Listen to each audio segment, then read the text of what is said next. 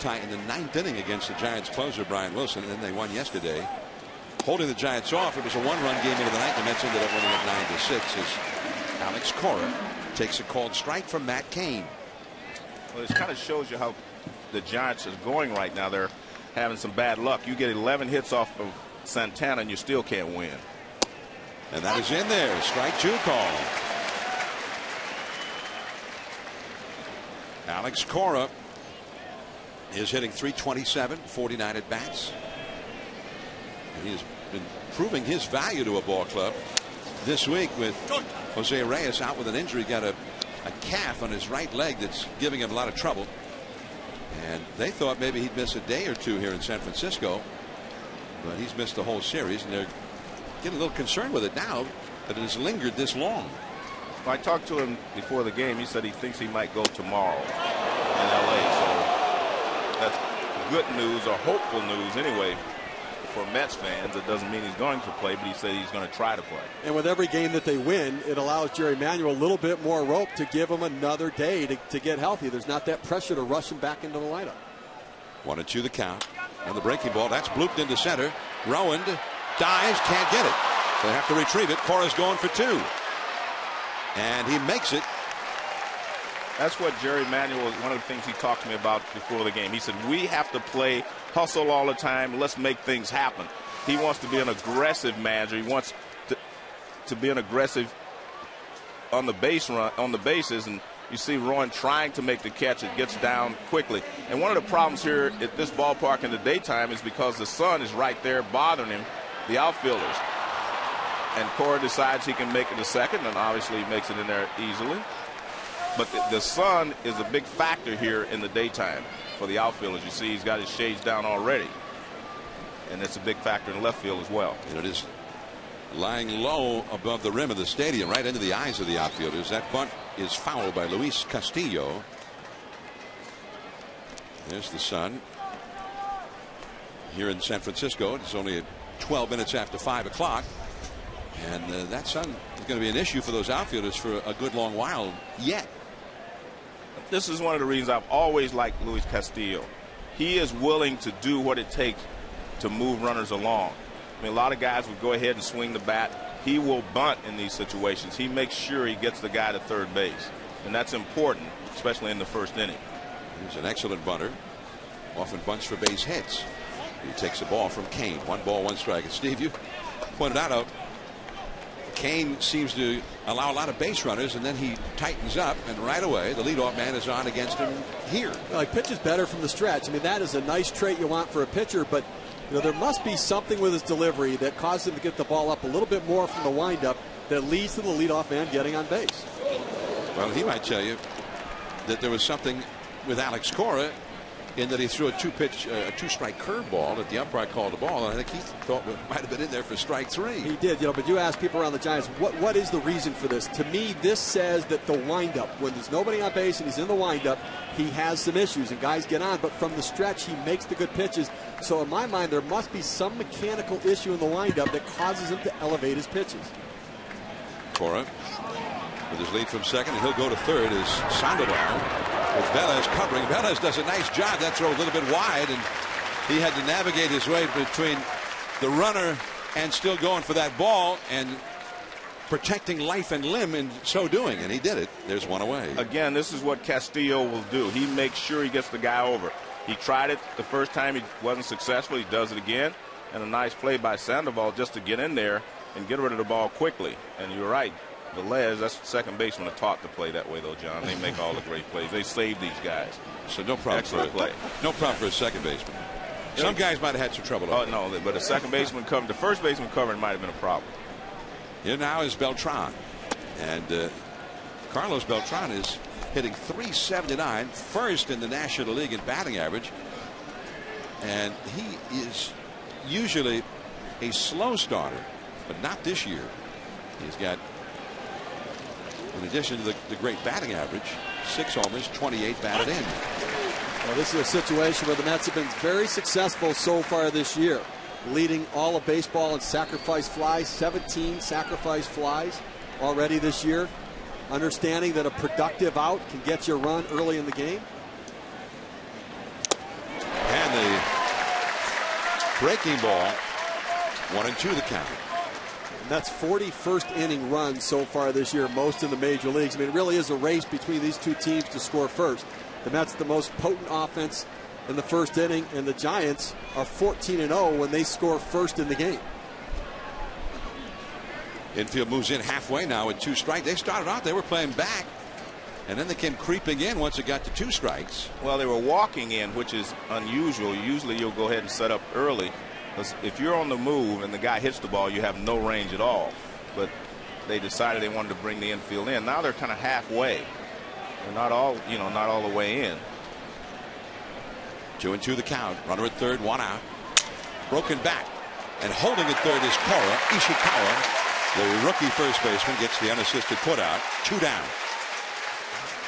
Good job getting the ball in. Well, he got it in, and Beltran just got it in on his hands a little bit, ends up breaking the bat. Couldn't quite get the good part of the bat to the ball. Remember, he saw a couple of breaking balls right there, the ball down in the zone. And one thing Matt Cain does is he changes the hitter's eye level. The breaking ball down causes you to shift your and divert your eyes, and then the fastball up in the zone tries to speed him up and couldn't get there. Now the infield drops back, normal depth, 2 down. And here is the veteran Gary Sheffield, 40 years old. That ball is hit a mile. If it's fair, it's gone. It is hooking. It is off the facing of the second deck. Foul. Gary Sheffield has over 500 home runs fair, and probably about 400 foul. He's the all-time home run leader. That. I mean, he does that so often, John. First pitch fastball, and I mean, he extends out on it, and he doesn't ever get cheated. And clearly foul. He's been a heck of a cricket player. And that fastball down at the knees for a called strike 2 to Sheffield. The first one was up, and he annihilated it. We're talking about how hot David Wright has been in this series. Well, Sheffield has had 7 hits in the 3 games of the series. And remember, Jerry Manuel said he is the key to their success from here on in. 1 hop to Velez at second. And Matt Cain walks that tightrope again. The leadoff double, and then Cain closes the door. And the Mets, for the first time in the series, do not score here in the first inning. Giants are coming up against Pelfrey. We'll be back.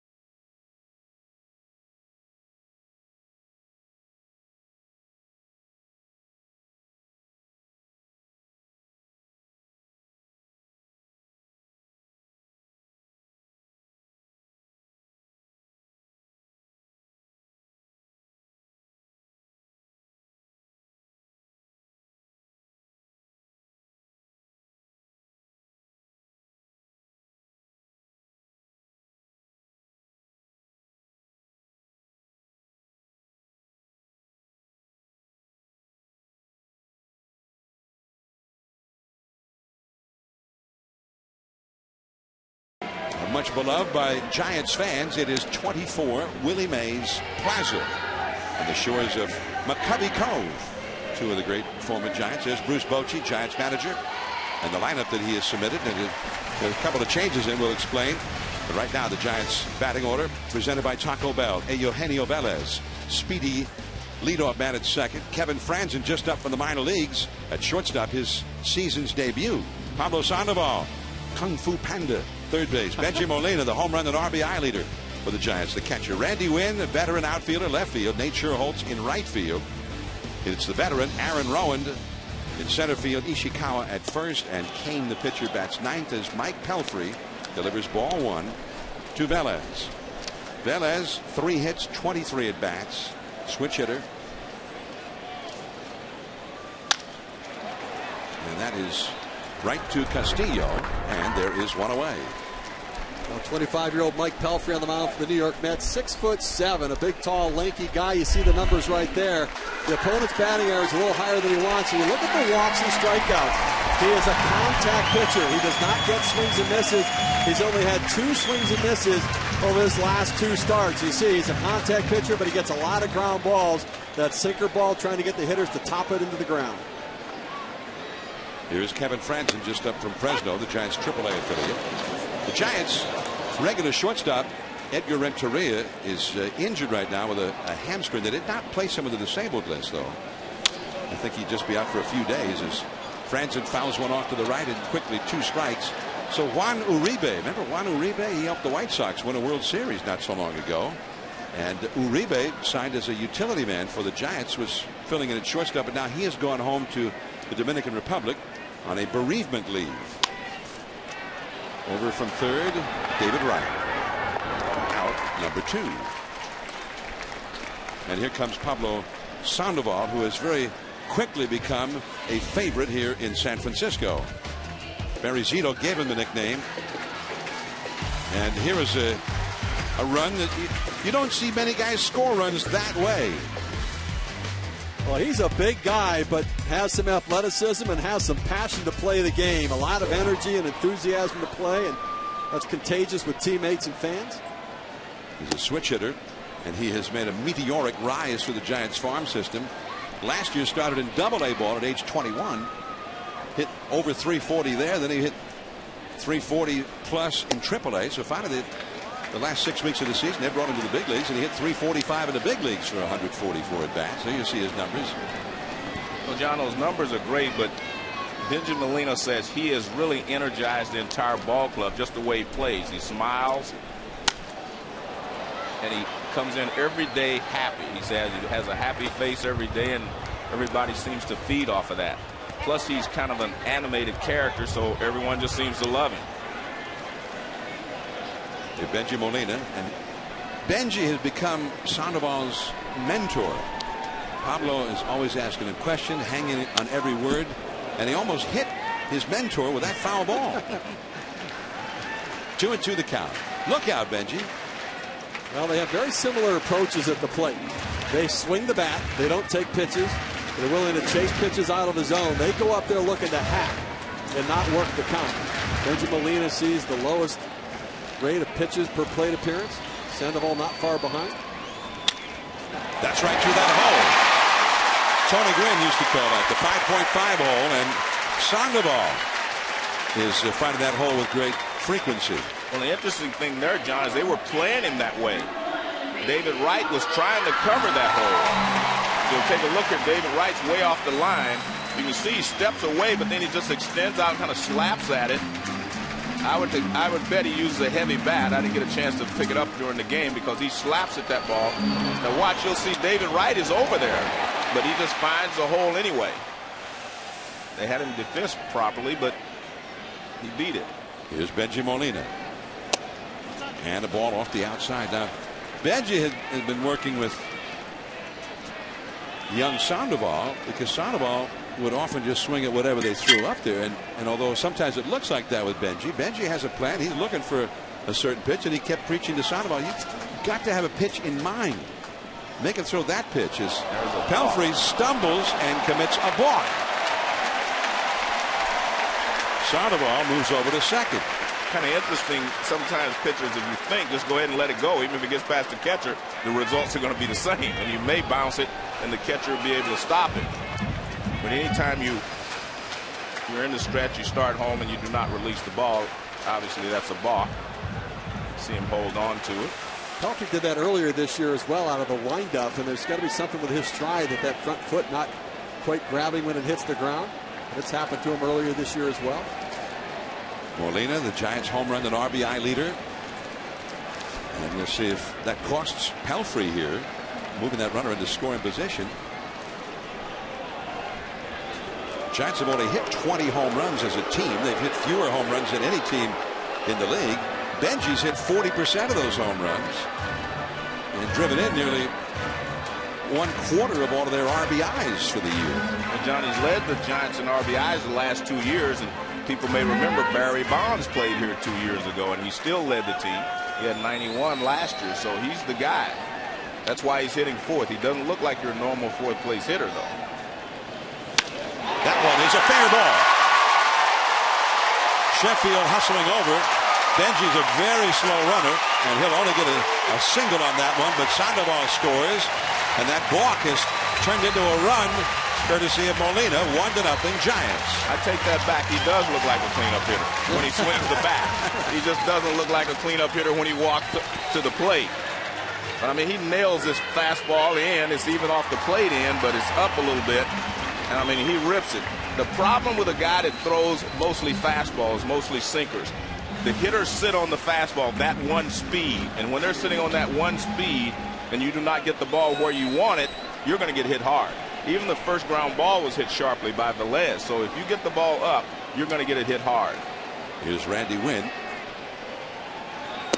And just off the outside, apparently. That looked pretty good. 1 ball and no strike. Now, you saw that number. And, Steve, you had pointed it out earlier. The Giants, if they get the first run of the game, have been unbeaten this year. I don't think the game's over yet, though.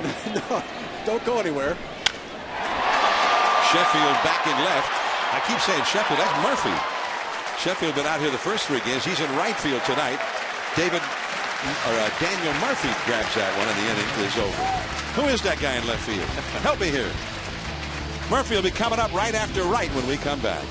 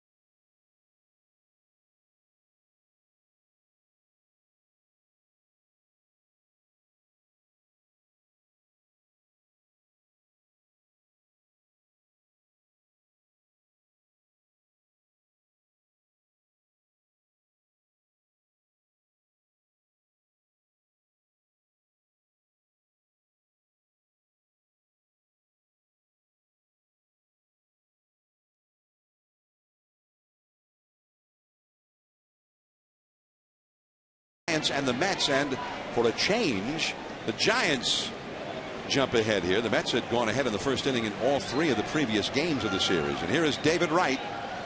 Giants have had a hard time getting him out this weekend as Matt Cain delivers ball 1 down and away. John, it's one thing to get 9 hits in a 3-game series, but to have 9 RBIs, I mean, that's really special. And then he topped that off by stealing bases, so 5 stolen bases as well. He stole 4 of them in 1 game. The Mets came in here Thursday and stole 7 bases. A a club record, and David Wright tied a club record with 4 steals all by himself. You know, and I asked Jerry Manuel, is that a change in approach, or is that about the San Francisco Giants? And he said it's both. He said that, you know, look, we want it to be more aggressive. My guys have the green light, and then they can stop themselves. He said, but also we thought they had some pitchers that we could key on it and steal some bases, and they have capitalized on some slow deliveries to the plate. I laughed with he and Sheffield because I saw they had a double steal, and I said, well, Sheffield must have been hitting behind Wright, but he wasn't, obviously. He was hitting in front. And I came up and I said, what are you doing? I said, did the pitcher tell you I'm going to throw on 5 and start the count and let you run? Because Sheffield's not known for stealing bases, especially third base. Sheffield led a double steal with David Wright in the 9th inning of a tight game. It's because he's been sitting next to Jose Reyes getting tips in the dugout right there. And Jose with the calf strain, not in the lineup, but sharing his knowledge. 3-2 the count to David Wright as the battle continues between Wright and Matt Cain. Wright with a .467 lifetime average against Cain. 7 for 15 as you see Sheffield and Reyes. And one of the reasons he's successful, John, is he's not trying to pull that sinker. As we can see here, he's fouling balls off to the right. David Wright will go the other way. And that is foul. Tried to go the other way again. And if you, a sinker ball pitcher against a right-handed hitter, if he can bury it down and in, okay. But if he doesn't, and he leaves it out over the plate and you go the other way, then you can have some success. The guys that have trouble with the sinkers are the guys who are trying to pull the ball. 3-2 the count. Cain tries it again. And he just got a piece of that one off the glove of Molina. Still alive on the foul tip. You know, Joe, and your point is right. I mean, David Wright is also a very good slider hitter as well because he's willing to go the other way. He doesn't try to pull that slider. Hitting .379 on the sliders this year. Was one of the top slider hitters last year as well. He stays inside the ball and thinks about going to right center field. And he gets the walk. David Wright fouled off 5 pitches in that at bat, and on the 9th pitch of the sequence got himself a leadoff walk. Monday Night Baseball tomorrow, 7 Eastern.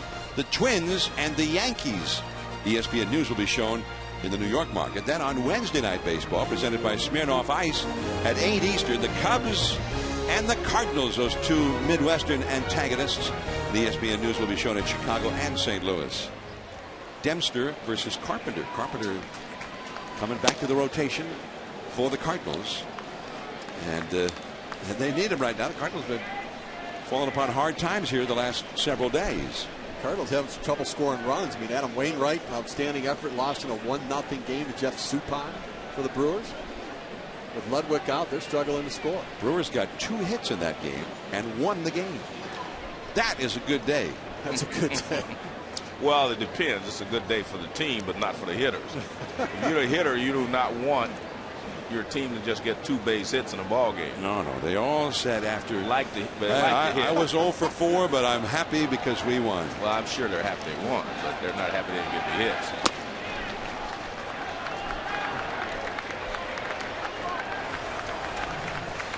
In the National League Central, they got 4 teams bunched up there. The Reds lost today 20-17. They're in 4th place with a 20-17 record. The Brewers have been very hot lately. Game and a half up in the Cubs. And the Cardinals right there, but they were atop the division by plenty a while ago. A week or so ago. 3-0 the count to Murphy. See, therein lies the problem you were talking about, Steve. He allows the leadoff hitters to get on base. And you say pitches better out of the stretch. Well, yes, but that's not going to be a consistent occurrence like it has been. I guarantee you he doesn't get better each time he gets a runner on first base. See, I mean, that's playing with fire. I mean, if you keep getting the leadoff man on, the numbers say that sooner or later you're going to give up runs. And, you know, we talked about all the stolen bases the Mets had in this weekend series, but we saw David Wright not run there. But with Daniel Murphy up, they're giving him a chance maybe to pull one through the hole. And then when the count started to get away, they wanted to give Murphy a chance to drive the ball. And remember, we've talked about this several times. The threat of the stolen base sometimes affects the pitchers as well. And Giants pitchers have to be a little gun shy, so they're starting to try to change their motions, trying to speed up their deliveries. And when you do that, it hurts your pitch to the plate. Your control and everything else is off. Here is Omir Santos, rookie catcher, been with the Baltimore organization previously.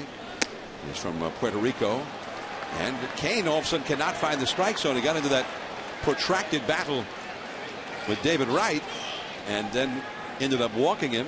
Then from the stretch, he has not thrown another strike since. Wright has 50 at bats for the year and 12 runs batted in. 1-0, San Francisco leading. There's that high fastball, but again, when you can just sit on a fastball, know that that's going to be the speed of the pitch. That's when if you make any mistakes, that's usually when you pay for it. You know, and both of these pitchers are in the same situation there. If they can sit on one pitch, that's the difference between Pelfrey and Kane. Kane has other pitches he can go to unless he's behind an account and having trouble throwing strikes. The ball and a strike to Santos. Jeremy Reed, a left-handed hitter on deck. 2 men on, nobody out. He tries the curveball. Yeah, what Matt Cain likes to do is he'll throw the high fastball and then try to throw the curveball in the same plane and then break it down into the zone. He kind of casts that one leading with his elbow like you're casting a fishing line out there. The ball just hung up in the zone. 2-1 the count as Kane really battling himself here at the moment as much as the Mets. That was going to go out of play. You know, and this is a time where I think you've got to attack the hitter with the shadows now creeping out over the plate, and where you've got the ball coming from daylight into the shadows. I mean, this is where you've got, I think, advantage pitcher right here, Joe, where you want to, you know, attack them, be aggressive with that fastball in the zone. Well, it definitely you have the advantage because they're not going to be able to, they can't see the ball quite as clearly as they would like to. But you still have to be able to throw strikes to get that done. 2-2 the count. And he's back to the curveball. Almost hit him. 3-2. You know, the shadows are difficult, but I will say this. It is very difficult to pick up the spin on a breaking ball when the shadows are there as well. The only thing is it's slower, and therefore sometimes the hitter can adjust to it. David Wright at second, Murphy at first, nobody out. They're not running. And another foul out of the shadows and into the crowd on the first base side. Santos really helping him out with that fastball up in the zone. I mean, I think all 3 fastballs he's fouled off, but then balls up out of the zone right now. So where we said Kane had trouble throwing strikes even after the first walk, I mean, it's the same thing right now. He hasn't thrown strikes to Santos. He's just helped him out. 3-2 the count. 2 men on, nobody out for the Mets.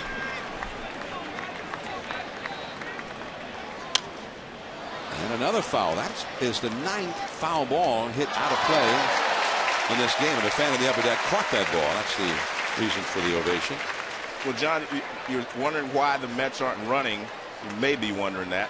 I don't like to run first and second, no one out, because the risk is not worth the reward. If you hit a line drive, you're out an inning. You're just out of it. If you hit a ground ball, sure, there's a double play, but it's not an ending inning double play. 3-2. And it is a walk. He has walked the bases loaded to start the inning. Kane had 20 walks in 45 innings coming into this game. So, you know, a little higher than you'd want it to be, but not a guy that tends to have significant control problems. That's Dave Righetti, the pitching coach. Himself, longtime big leaguer. Pitched for many years in New York with the Yankees. Righetti talking with Kane here. Kane only walked 1 in his last start, and this is something that has been a problem with him, especially in years past. Getting in trouble in innings, losing the feel of the strike zone, and not so much of a problem this year. Not like this, but he's walked him loaded. And now Jeremy Reed, who's playing at first base in this game, will come up. Giants middle infield, double play depth. Wright at third, Murphy at second, Santos at first. Kane will continue from the stretch. Ball 1. So every time he falls behind in the count, the fact that he cannot throw a breaking ball for a strike, he puts himself in a hole because Jeremy Reed's just going to be sitting on that fastball right on the middle part of the plate and in, and something he can drive. He misses to the same spot. 2-0. Well, you can see he's trying to stay away from the left-handed hitter, Reed here, but Like you said, at some point you're going to have to give in and throw a strike. Well, he's been trying to avoid, I guess, throwing to Grooven, but he set up a situation where he needs have to. Groove it. Exactly. 2-0. Well, he hit that spot that time. On the outside at the knees. And a smart take there by Jeremy Reed. If he swings that, he's probably going to hit a ground ball. Get a pitch that you can get in the air or drive the other way. So the concerned look on Bruce Bochy's face, Giants manager. To Ishikawa. He goes home. That's one. Molina back to first. Two. Double play. I have to tell you, that was a nice play by Ishikawa. I didn't think that they were going to be able to turn that. He got rid of the ball very quickly. It was like a quick snap throw, which you see on double plays, but you do not normally see a first baseman make this kind of a play. Now watch how quickly he gets rid of this ball. Look at that. Just a snap throw, accurate, gets back to the bag, double play. If he throws the ball anywhere but straight on, they cannot complete that double play. Look, that's perfect. Molina comes off and fires back. Molina, of course, has won a couple of Gold Gloves, so he's adept at doing that. But that was a great play by Ishikawa. Suddenly, 2 down. Runners at second and third. Here's Pelfrey, the tall Mets pitcher, and that one was below the knees, and Kane starts behind again. Kane living dangerously here, but still the Mets have not scored. He has not thrown a first pitch strike in this inning. 1 ball, 1 strike now to Pelfrey, who has 1 hit in 12 at bats for the year. By the way, Ishikawa, that play is likely the only reason he's still here. He has not hit well for the Giants. Has not hit a single home run for the season, but they love his defense. They love the ability he has to start a double play, and he saves infielders' errors with his ability to scoop low throws and the like. But as much as they struggle to score runs, defense only goes so far. They need somebody to swing the bat, and if he doesn't start to swing the bat, he's going to lose playing time and may lose his job in the big league. To Matt Cain, who walked the bases loaded to start the inning, 1 strike away from getting through it unscathed. And that one fouled as Pelfrey protected. Hit it sharply, very much foul into the seats off to the right. You see the big crowd here in San Francisco. This is the 3rd straight game in this series that has been sold out. It is also Tim Lincecum bobblehead day. I was thinking maybe that's why you guys showed up. Hey, that's worth buying a ticket to for sure, right? 1-2. Yeah, and again, he fouls it right over toward his teammates in the Mets dugout. Look out. I'm not sure I'm standing on the top step right now with Mike Pelfrey at the plate. I mean, I'm ducking behind the netting right there because he's lining them up right now. 1-2. So heads up over there. Murphy at third, Santos at second with 2 down. 1-0, San Francisco. He missed badly down and away. 2-2. There have been so many foul balls in this inning and so many 2-strike foul balls by the Mets. Kane doesn't seem to have much working other than the fastball right now either. Well, he can't get anybody to swing and miss on that third on the second with 2 strikes because again he's coming with basically fastballs, and if they can sit on the fastball, normally they can make contact or at least foul it off. And I think the reason they're fouling off is the shadows right now. They're looking fastball, but I mean they're having a hard time. They're behind everyone because of, I think, a tough time picking it up. Kane will try it again. 2-2 the count to Pelfrey. And 3-2. And he's on the verge of walking the pitcher. A good job by Pelfrey, though. You have to give him some credit here, too, John. He has been fighting those pitches off, and that was a pretty good take. A lot of pitchers with 2 strikes, they just hack. So now 3-2 to Pelfrey. Kane has already walked 3 in this inning. Velez. And Kane somehow gets through it. A 33-pitch marathon. 3 walks to start the inning, and yet the Mets come up empty. Pelfrey will head back to the hill. San Francisco leading.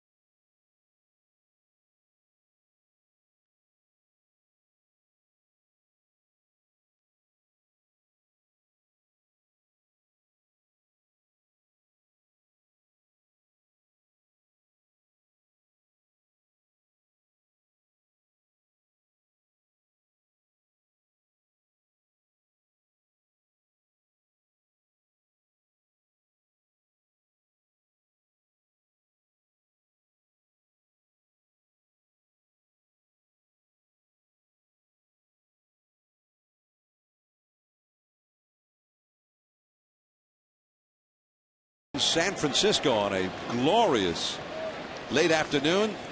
The Giants lead the Mets 1-0 as Nate Scherholtz leads off for San Francisco, and Pelfrey throws him a called strike. Scherholtz, then Aaron Rowan and Travis Ishikawa, the 6, 7, 8 spots in the Giants order. They lead 1-0. Sandoval hit a 2-out single, was balked to second. Molina singled him home. And there's the Gold Glove center fielder Beltran, one away. Now let's go to the studio. Here's Kevin Nagandi for a Sports Center right now.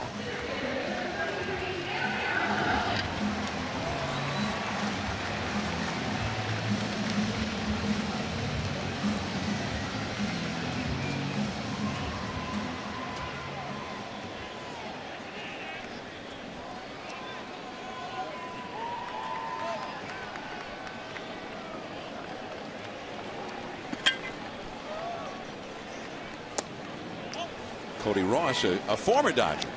So Clayton Kershaw had a game against the Giants earlier this year in L.A. where he had 14 strikeouts in 7 innings. Now a near no-hitter. He has just fabulous stuff.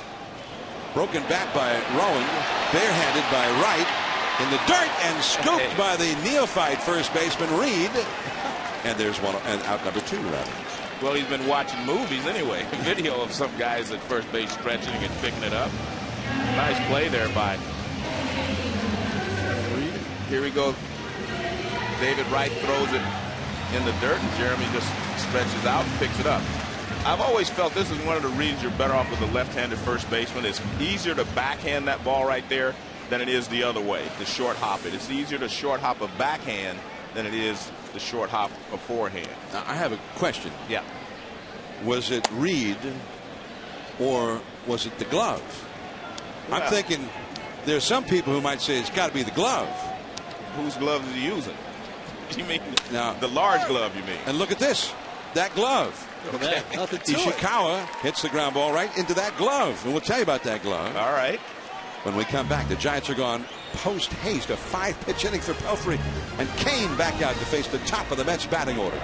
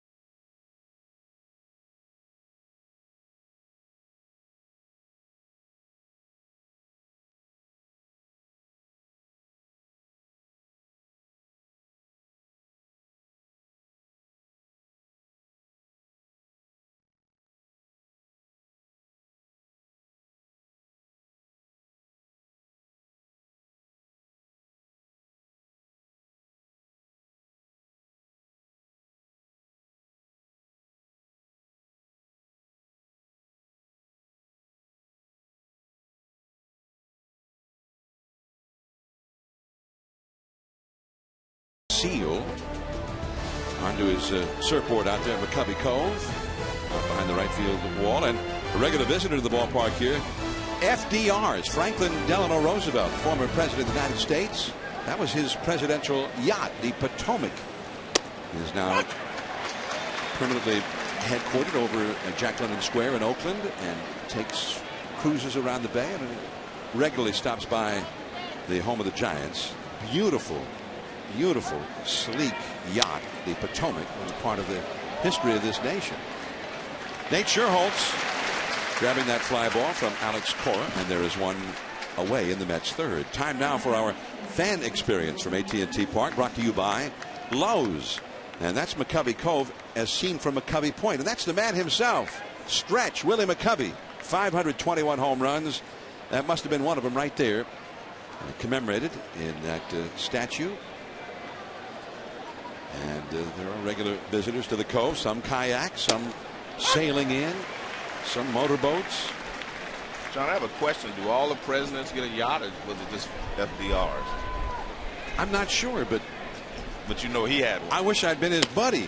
Yeah, I'll tell you what, it is a beautiful day, and to be out on a yacht like that today, man, almost as good as being at the ballpark. Yeah, because here you get a view of all those things. You know, one of the baseball game. One of the guys who owned that yacht later on, Elvis. Really? It was Elvis's yacht at one time. Now, did you hang out with him too? I would have if I'd known he had that. Yeah. Joe, there's a yacht you and I share. Bo's got a timeshare on.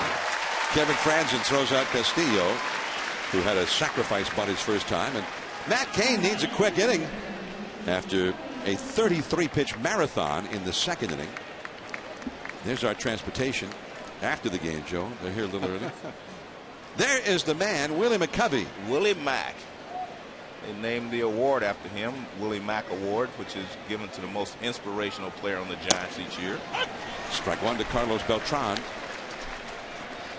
And it is an award voted on by the Giants players. And coaches and staff. And even the fans get to do it now on the internet. When I played here, we only voted, just the players voted.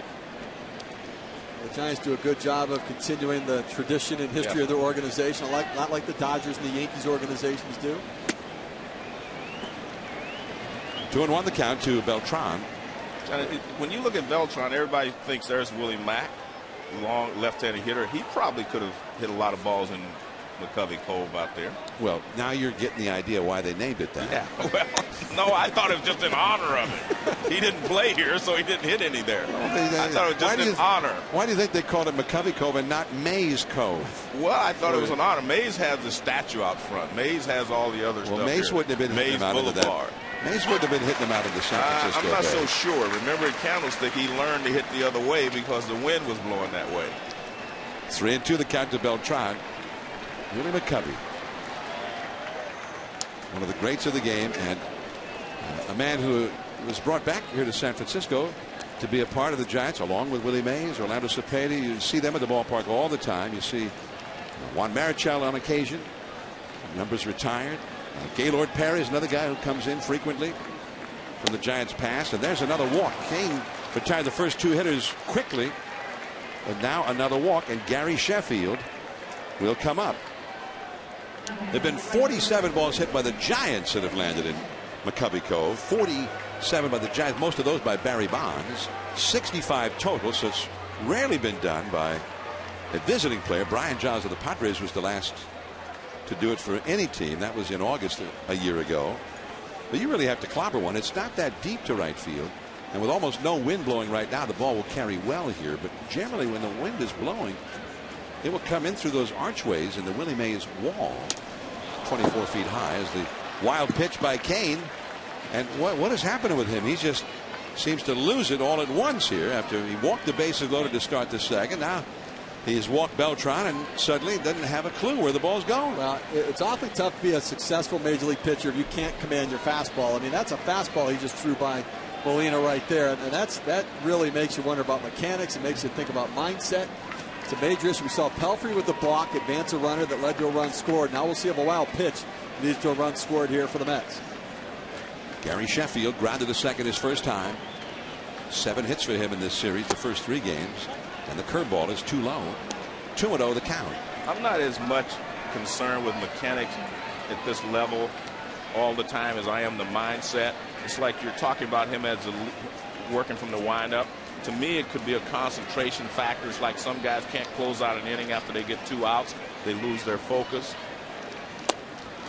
And the slider in there for a strike.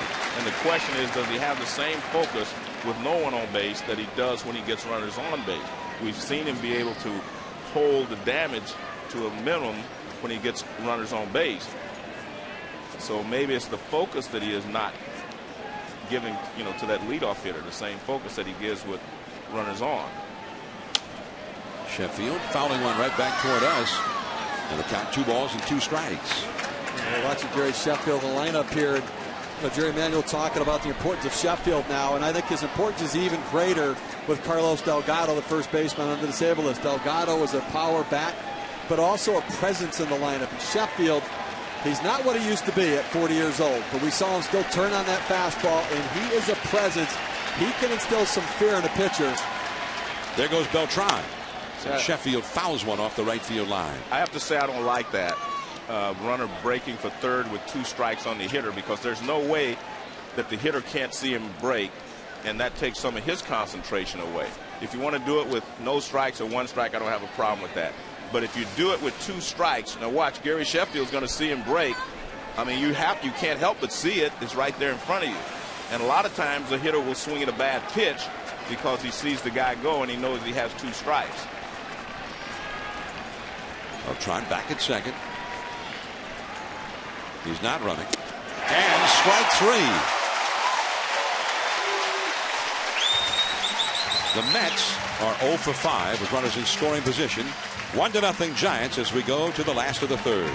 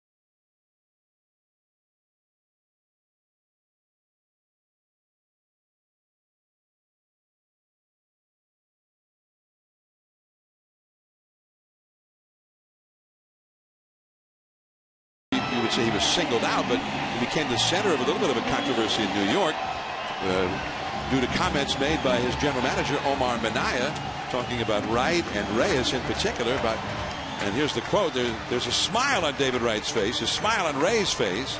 There's not an edge to them. Some people see edge as leadership. Sometimes you need a little meanness to your game. I couldn't tell you that we have that type of guy. We have leaders, but everyone's perception of leadership is different. Well, David Wright talked to us about that. And so that's just not true. Just because we have good guys and we're having a good time, that's what this game is about. When it comes down to crunch time, we want to win. Well, I think the big question is, wanting to win and then, leading a team are different things. And Omar Minaya, kind of backtrack a little bit on what he was saying, because I had talked to Omar and he said, I didn't say we don't have leaders. We do have leaders. We don't have that type of leader that leads with that certain edge to his game. And there's Omar's response, and to be clear that we do have an edge, but it's a different edge than maybe what you see with other clubs out there.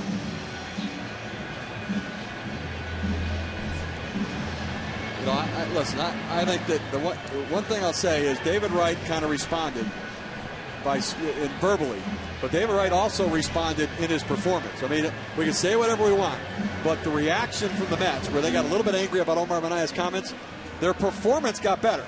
From that point on, they got better, and it may have been that Omar caused them to get that edge that somewhere is inside of them. Well, what he was talking about is they smile, they seem like they're having fun, but Wright's response was, when you're winning, those guys that didn't have any edge, now they have some edge. They've won 11 out of 13 games, and it seems like no one's complaining about them not having an edge anymore. Leadership is a very difficult thing to define sometimes with different teams.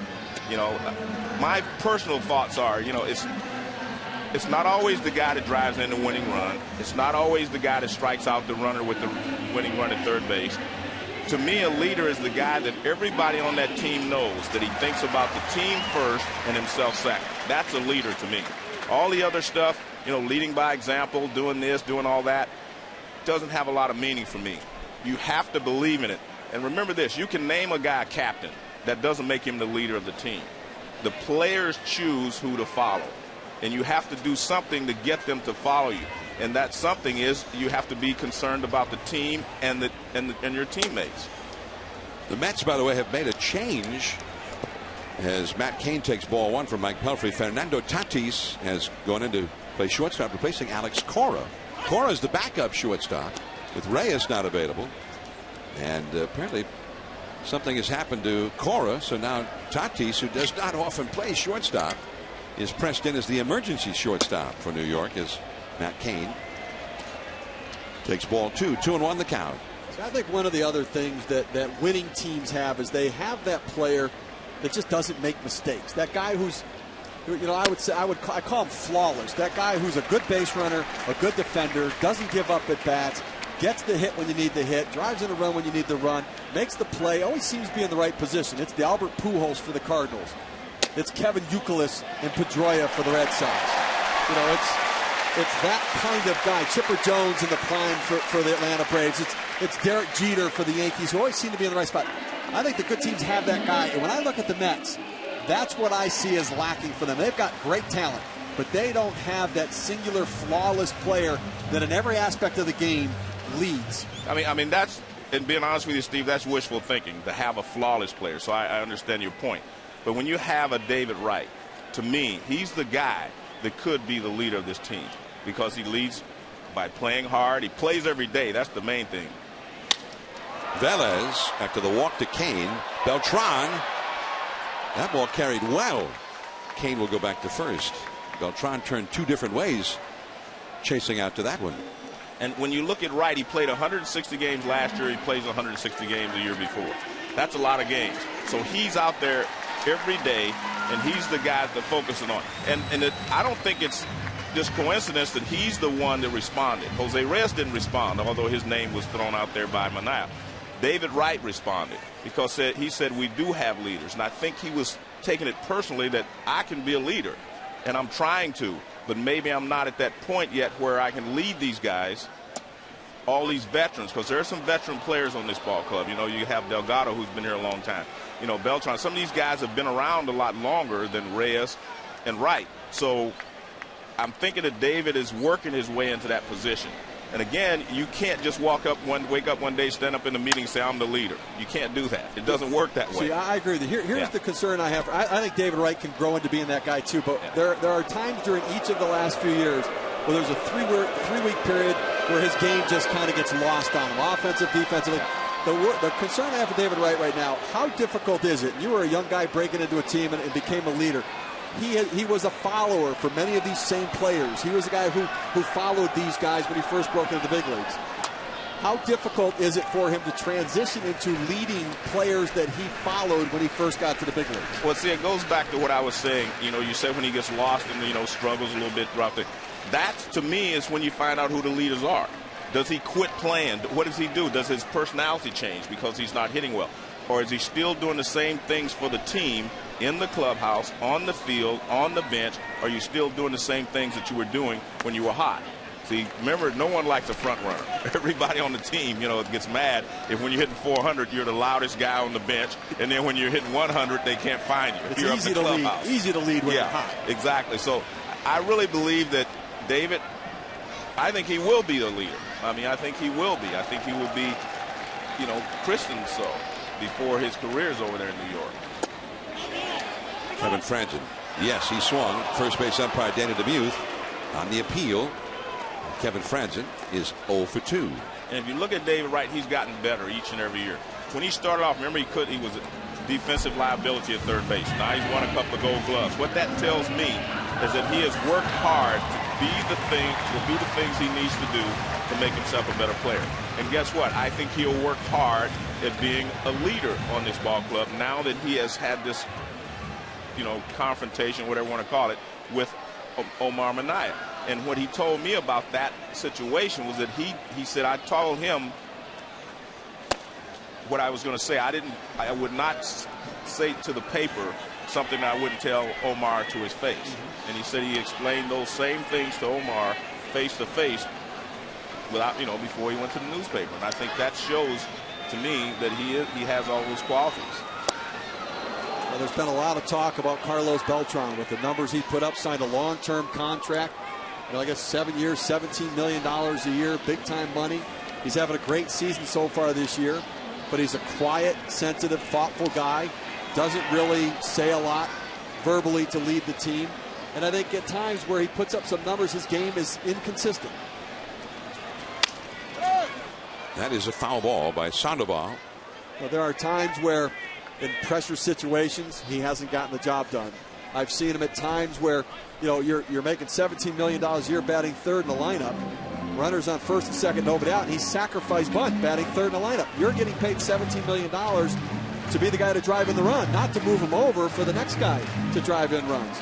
He's missed cutoff. And listen, it's easy in baseball to find things that guys can't do because you fail 7 out of 10 times and you're still good. He can do a lot of things right, but when you look for a guy to be the leader of your team, Beltran has the talent, but not the personality or the consistency to be that guy for the Mets. And then Sandoval chases one up around his eyes. Strike 3. So a leadoff walk to Kane, and then the top of the order put down in order by Pelfrey. David Wright will be coming up.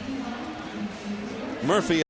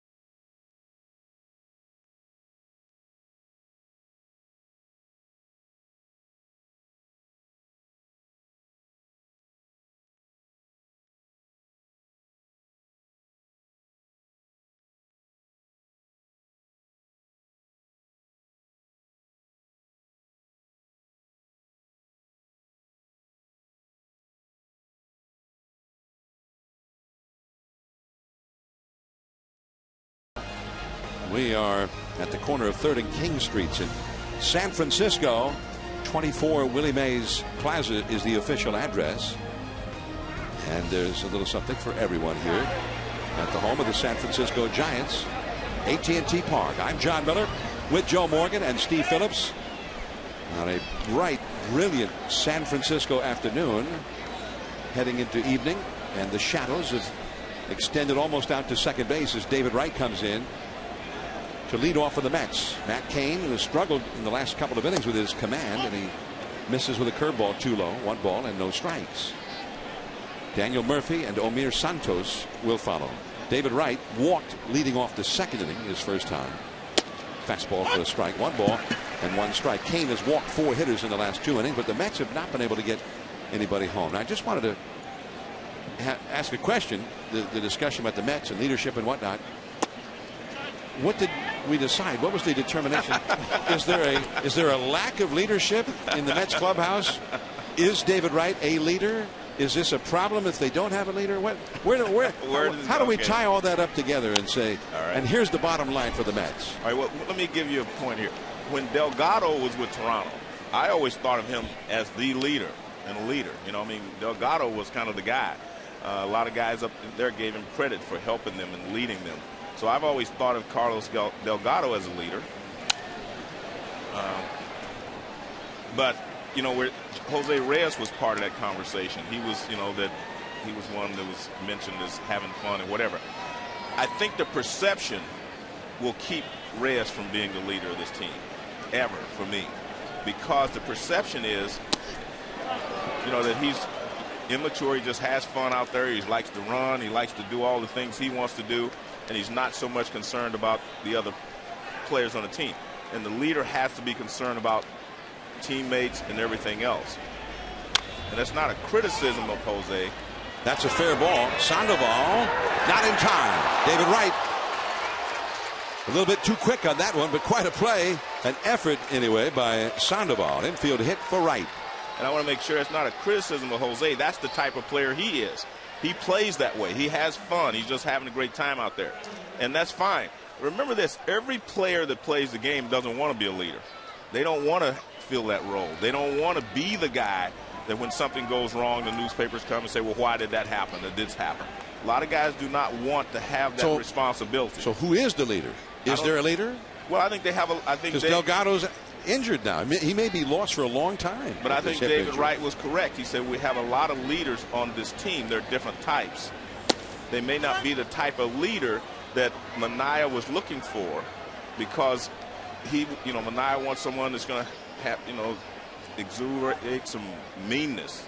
He wants that to be or some toughness.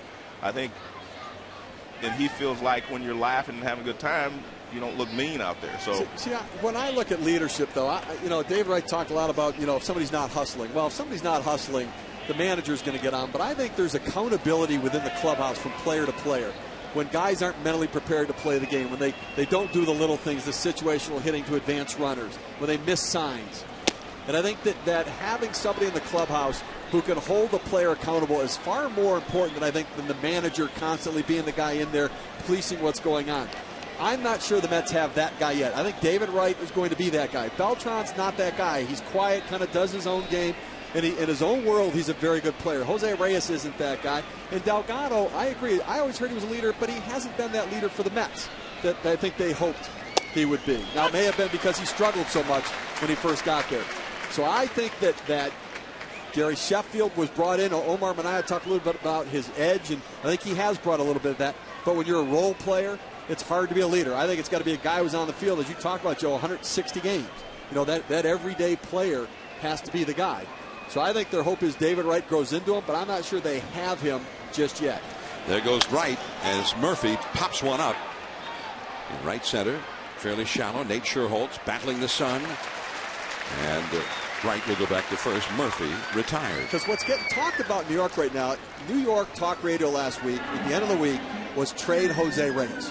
They believe that if the Mets don't win this year and they collapse again like they did the last 2 years, that they have to change the core of the team.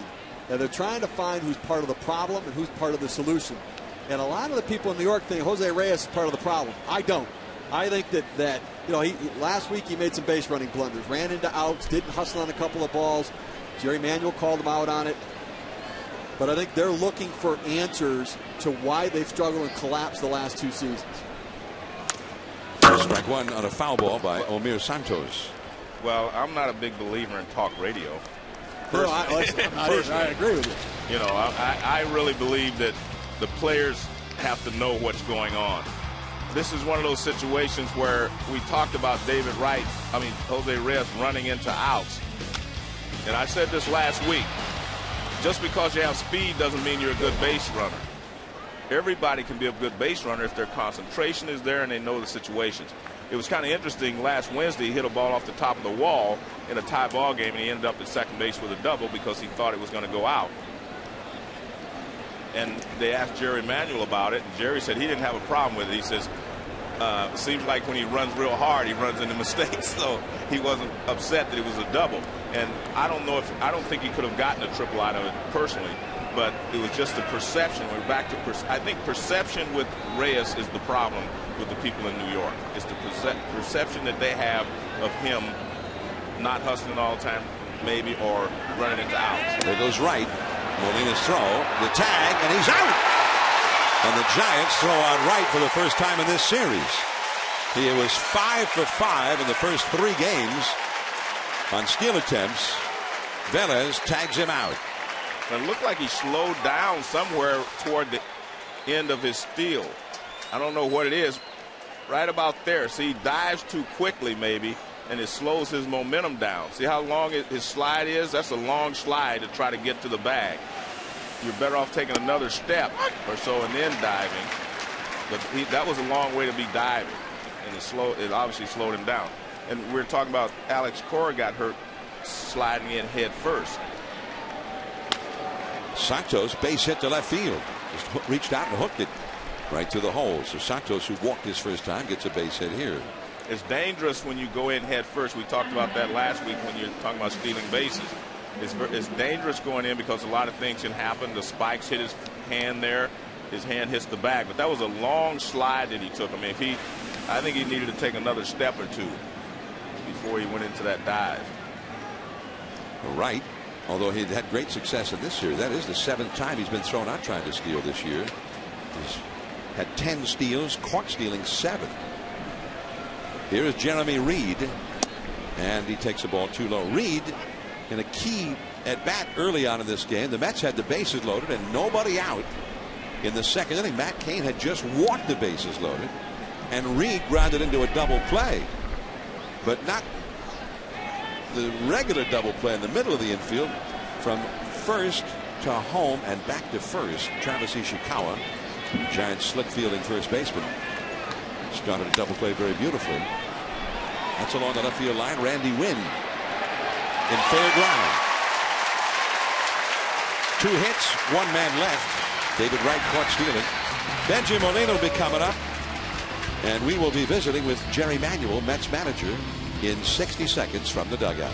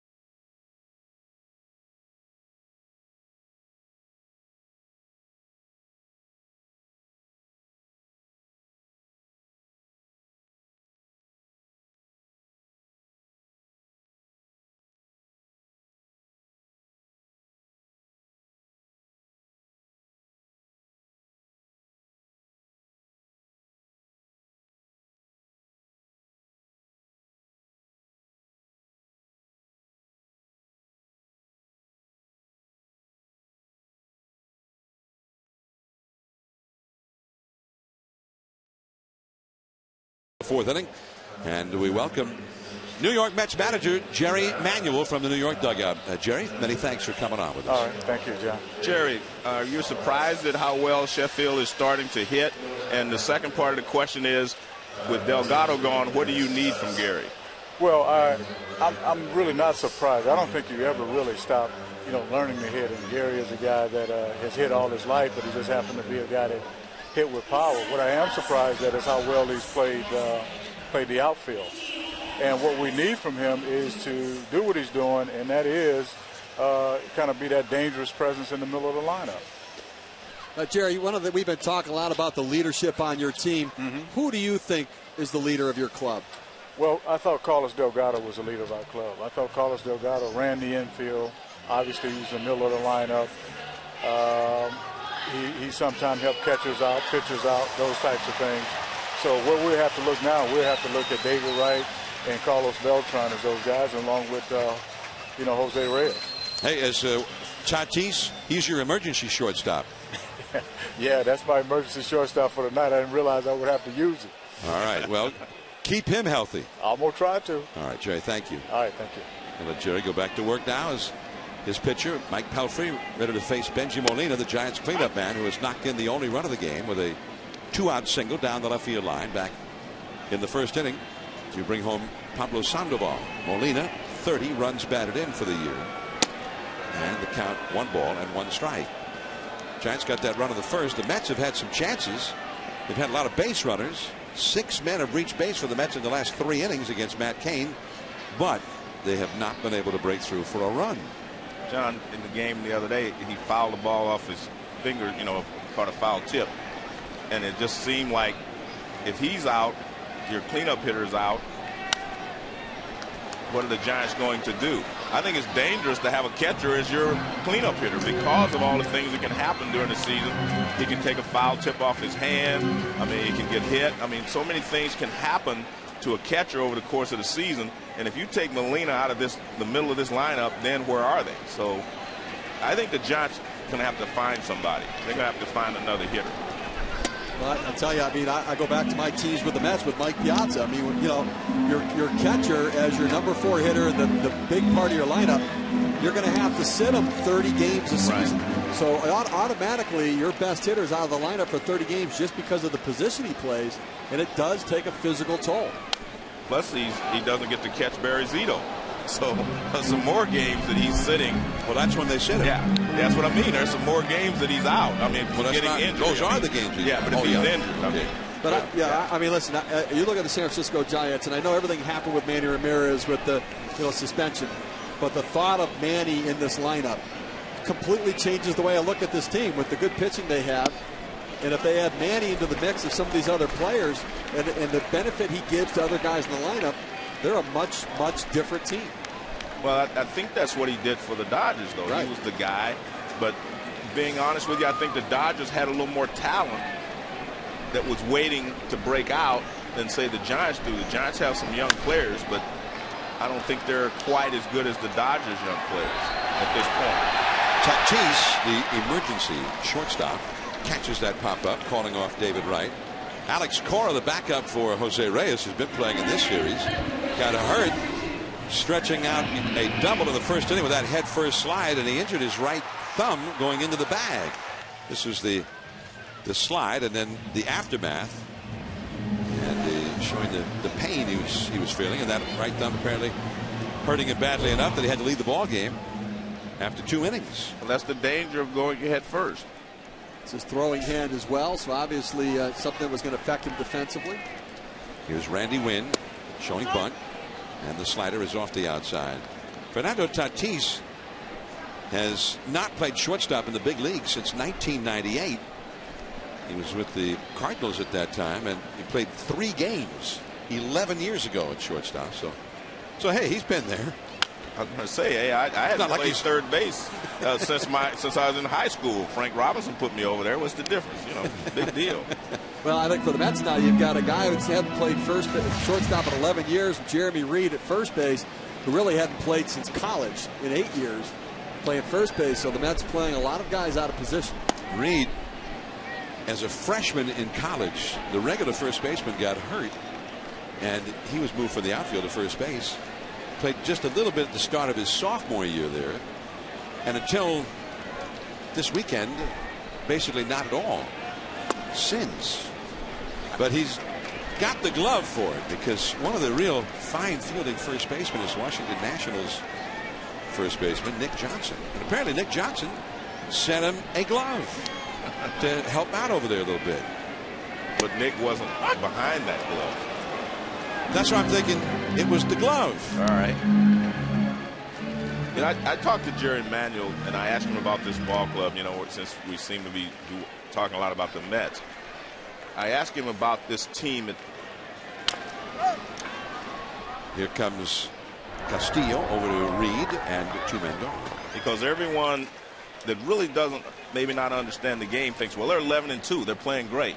Well, really, they're not playing great. They're taking advantage of the mistakes that other teams are making. They're still making mistakes, as we showed. Reyes running into, getting thrown out of base. Other guys running poorly on the bases, making defensive mistakes. Santana's lost 2 games just because they couldn't catch a fly ball or a ground ball or whatever.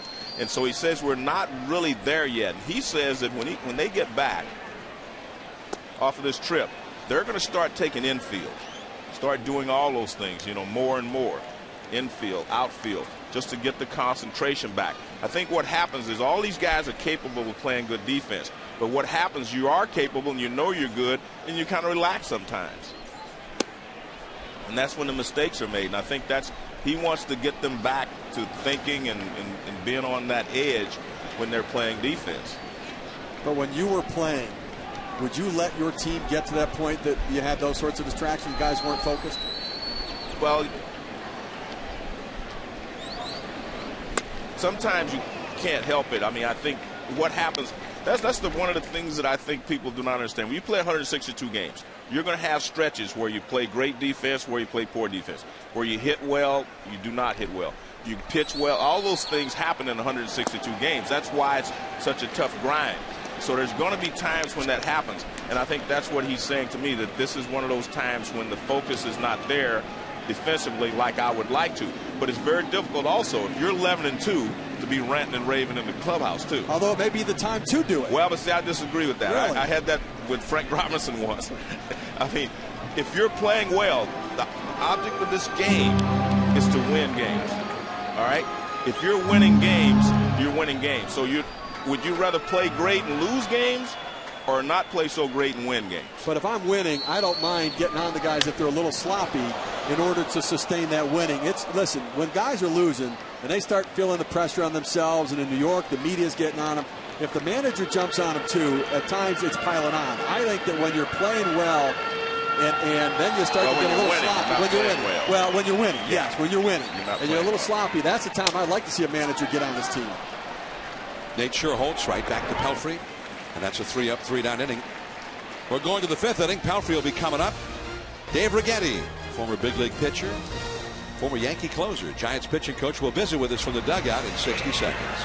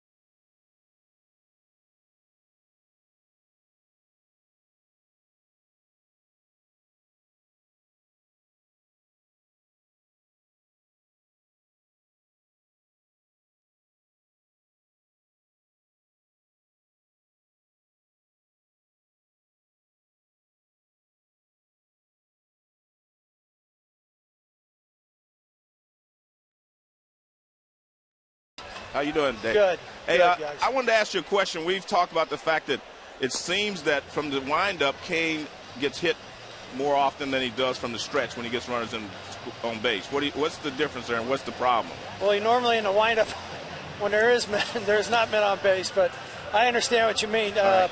When a young guy gets out of sync at all in the windup, and and people are always on base, you worry about a couple of things. Are they tipping pitches? Are they consistent in their delivery? Making pitches with it, or their hands? So there's a lot of different things that go along with that, and it's a major concern for me, because then they're always in the stretch, and he's not the only one. So there's things to look at, definitely. Dave, the Mets obviously had some success running the bases, stealing bases in this series. What do you talk to your pitching staff about to try to get that under control? It's talked about long before, but you know what? They're reading head moves and they're reading tendencies, and they're taking off even before our guys are lifting their legs. So they're reading the guy's head and what their timing is on throwing over and when they're going to home plate. Some guys hold the ball longer when they go to home and don't match that when they go over to first. They've obviously picked up on it. I'm not afraid to say it because we have to get it fixed. Dave, and today you're able to throw out David Wright. We're a little more pleased with what Matt Cain was doing there. Yeah, Matty just held it a little bit longer, and Wright came up out of his stance a little bit. Didn't look like he had the jump that he wanted. All right, so, and your closer, he all said he got roughed up a couple times earlier this week by the Mets. Yes, he has. You're going to go through streaks like that. The Mets are swinging well, came in confident, and when you have to match that, and we'll see how he bounces back. All right, we're talking about Brian Wilson there. Dave Righetti, many thanks. All right, fellas, thank you. Dave Righetti, he came to prominence as a big league pitcher with the New York Yankees. Once pitched a no-hitter on the 4th of July. Or as they used to say in New York, George Steinbrenner's birthday. Yeah, right. Now Kane has walked Mike Pelfrey, his 5th walk of the game. This time, it hurts even more. Walking the opposing pitchers, had 1 hit this year and 13 at bats. And it's his 4th leadoff man reaching base. 4th out of 5 innings. He's only retired the first guy of the inning 1 time. So now the new leadoff man for the Mets, Fernando Tatis, who is the replacement for the replacement. Jose Reyes has not played in this series with an injured right calf. Alex Cora replaced him, and now he was injured in the first inning tonight. And here is Tatis, the Mets shortstop, playing shortstop for the first time in 11 years. Tatis is a guy who resurrected his career with the Mets last year. He disappeared from the game and came back and hit well and play a lot of positions for the Mets. And he's proving it here today. John, and one thing to remember, Jerry Manuel said that Reyes could pinch hit in a game-winning or game-tying situation because he can run. He just can't run full speed, or they do not want him to at this time. Dave Righetti out to the mound now to talk to Matt Cain, who just can't throw a strike again. He's gone into those stretches in this game where he's not been able to throw a strike. You take a look at Matt Cain's delivery, and I think one of the things he's doing, he's leaking forward with his front hip, and when he leaks out forward, his arm ends up dragging behind. He's not keeping his balance point, and he gets his body out in front. The arm drags behind, and it causes you to go up in the zone with all of your pitches. Even the breaking ball, you see him casting it there as his arm is dragging behind his body. When you throw the breaking ball, you want to get the ball out in front, be able to pull it through. And I think that he's kind of leaking forward coming from the stretch today. You see, we talked about the leadoff on base percentage. That is awfully tough. You just continue to play with fire. Sooner or later, you're going to get burned. And the leadoff on base percentage tonight is .800. Here is a 2-0 count to Tatis, and ball 3. Castillo is on deck. You can only give up or give away so much to the Mets. They have been hitting the ball extremely well. In fact, they have the highest team batting average in the National League. Kane has walked 5 of them already in this game. And he's on the verge of walking another one. That's a strike. That was his 95th pitch already in this game. And he's working here with nobody out in the 5th inning. Well, in the 3 previous games, the Mets have had clutch hits. That's been their big deal this weekend so far. So he is lucky to still be leading 1-0. Tatis into right field. Here comes Sherholtz in the sunshine. And he comes back from a 3-0 count and eventually retires. Tatis. Here's Kevin Negandhi now in the studio for the Sports Center right now.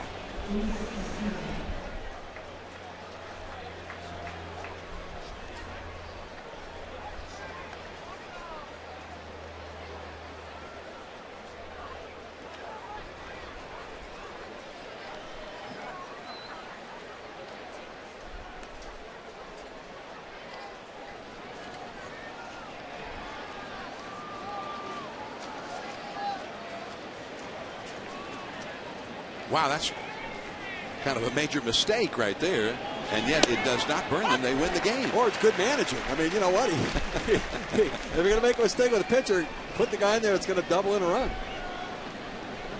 Sonnenstein made it work. Zobrist was penciled in at third base, and Longoria, the regular third baseman, was going to be the designated hitter. But apparently neither one of them was either listed at third base or DH, one way or the other. And Zobrist played the top of the first inning at third base. And then the umpires met when the Rays came up and said, well, he's in the field and he was listed as the DH, so they've lost the DH, which is the way the rule book reads. If a guy listed as a DH crosses that line and takes the field, then there's no more DH for that game. Longoria did enter the game in the 6th inning eventually, and they did win the game. 1-2 the count to Castillo. Franzen, they get one, and no chance to double up the speedy Castillo. So Pelfrey out at second base. 2 down for the Mets in the 5th inning. The NBA playoffs on ESPN Tuesday night at 9 Eastern. Game 1 of the Western Conference Finals. The Denver Nuggets and the Lakers. Before the game, catch the 2009 NBA Draft Lottery and find out which team will land the #1 draft pick. And the series will continue Tuesday on ESPN. Next Saturday on ABC. And all the games on either ESPN or ABC. Here is Carlos Beltran. And a curveball in there for a called strike. And I don't know if that's the first time, but it certainly seems like the first time he's thrown that curveball for a strike to start a batter. On the first pitch, definitely. John, I think everyone is still waiting for Carlos Beltran to have that breakout streak like he had in the postseason in 2004. And I think that's one of the reasons he has never been completely accepted in New York, because they were expecting the guy to hit 8 home runs in 12 games to come there and do the same thing. He's been driving in runs, he scores runs, and he's hit some home runs, but he has not had that type of streak. And I think the fans are still waiting for it. Of course, almost nobody in the history of the game has had a streak like he had in that postseason. It's a once-in-a-lifetime thing. He was with Houston in those days, and it was a second-place hitter. This is Rowan in front of Wynn. Beltran is retired. A leadoff walk and then nothing for the Mets. 1-0 Giants. Rowan coming up.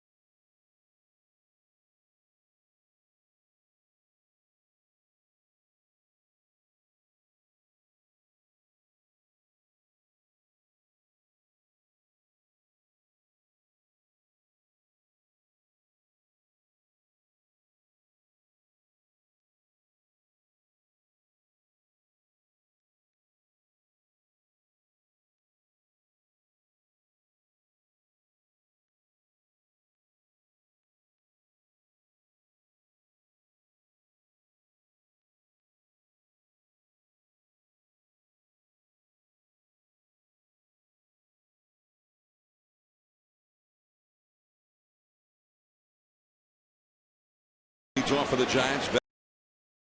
Formerly with the Phillies, and prior to that, Chicago White Sox. Brought in as a big name free agent by the Giants last year, but had a very poor second half of the season, a very poor beginning to this season as he pops it foul out of play. Actually had one of his best days all year yesterday against the Mets' great left-hander Johan Santana. He had 2 singles, including a 2-run single that tied the game, and he also hit a home run against Santana. But that day was, unfortunately for Rowan, the exception to what has been a very slow start for him this year. 3 homers, 16 batted in. That's right through that hole. Wow. Didn't hit it that hard, but he placed it well. Well, you know, we've talked a lot about Carlos Beltran, and he can certainly do a lot of things to help a team win. He's a 5-tool player. He covers a lot of ground on the outfield. He has the throwing arm. He can hit for average. He can hit with power. He can run. You see the arm right there. You see him covering ground in an expansive city field. He can do it. So there are a lot of things that he can do. He's an experienced player. He's been around the block a few times. You know, he's not going to be that guy from 2004 who hit all those home runs. But he's still, when you talk about profiling a player in center field, with his range, with his arm, with his power, there aren't a lot of other center fielders like him. He's got a lot of talent and ability to impact the game. See, I've often heard people, you know, when we talk about 5 tools and whatever, I've always said there's 6 tools, and that's the mind and to be able to understand the game. Because if you are short in some of the other tools, you can't throw or whatever, you can make up for it mentally. If you're smart enough, you cheat one way or the other, you can make things happen for you. So I've always had a problem with that 5 tool, because I think it doesn't talk about the mind. It doesn't talk about, you know, being a smart player. It doesn't talk about those things. And anytime, to me, you're not bringing the mind and the smartness of a player into it, then I don't think you're really evaluating him right. I think definitely 6 tools. You have to be careful when you start talking about cheating. Oh, no. When I say cheating, I mean on the infield. On the infield as a second baseman. A balk has been called against Pelfrey, his second balk of the game. When you're talking about cheating, though, John, I mean on the infield, you move one way or the other. You lean towards second base on a ground ball or whatever. I saw the other balk. I didn't see that one. I think Jerry Manuel wants to know what's happening, because I thought he called timeout, and I thought there was timeout. Well, that's definitely not a balk right there. I think he's saying that there was timeout called. Well, it was funny because all of a sudden when Pelfrey started in his stretch, players came out of the Giants dugout and started heading down the left field line to the bullpen to start warming up. David Wright had gone in to talk to Pelfrey. Jerry Manuel was looking that maybe there was timeout, but they're not getting the call on. Well, I didn't see a balk originally. Let's see if we can pick it up sooner. Yeah, there's the balk right there. He did balk. The right hand. Yeah, anytime you start your motion and do not complete it with your foot on the rubber, that's a balk. So he did balk. And there is activity in the San Francisco bullpen. Ishikawa, the 8th place hitter, up. Matt Cain, the pitcher, on deck. And the Giants have Merkin Valdez, number 47, warming up in their bullpen now. You have to step off before you bring that hand up. So sharp eyes by the umpire to see that. And it sounded like he broke his bat, hitting it right off the end. Over to third base goes Rowan. A productive out anyway for Ishikawa.